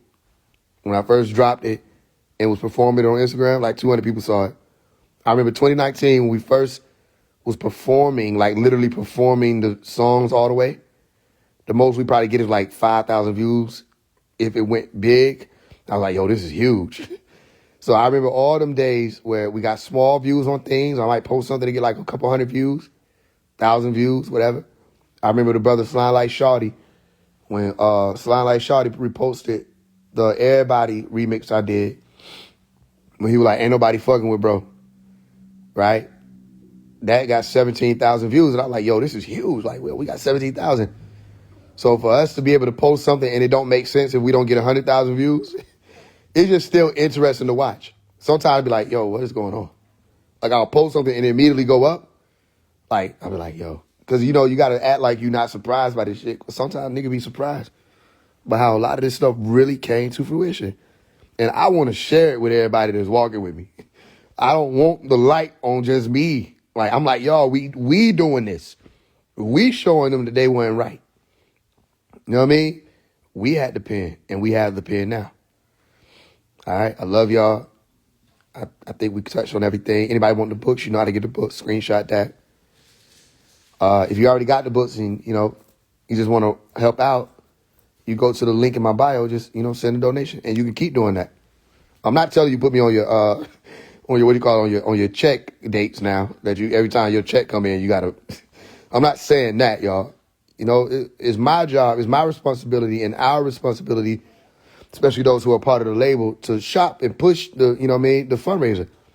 So don't feel like you obligated to, miss meals and stuff like that because you want to help me. Do what you can. I'm going to do what I can, and let's do our best. All right? I love y'all. Peace of the Lamb. It's truly wonderful. I shook.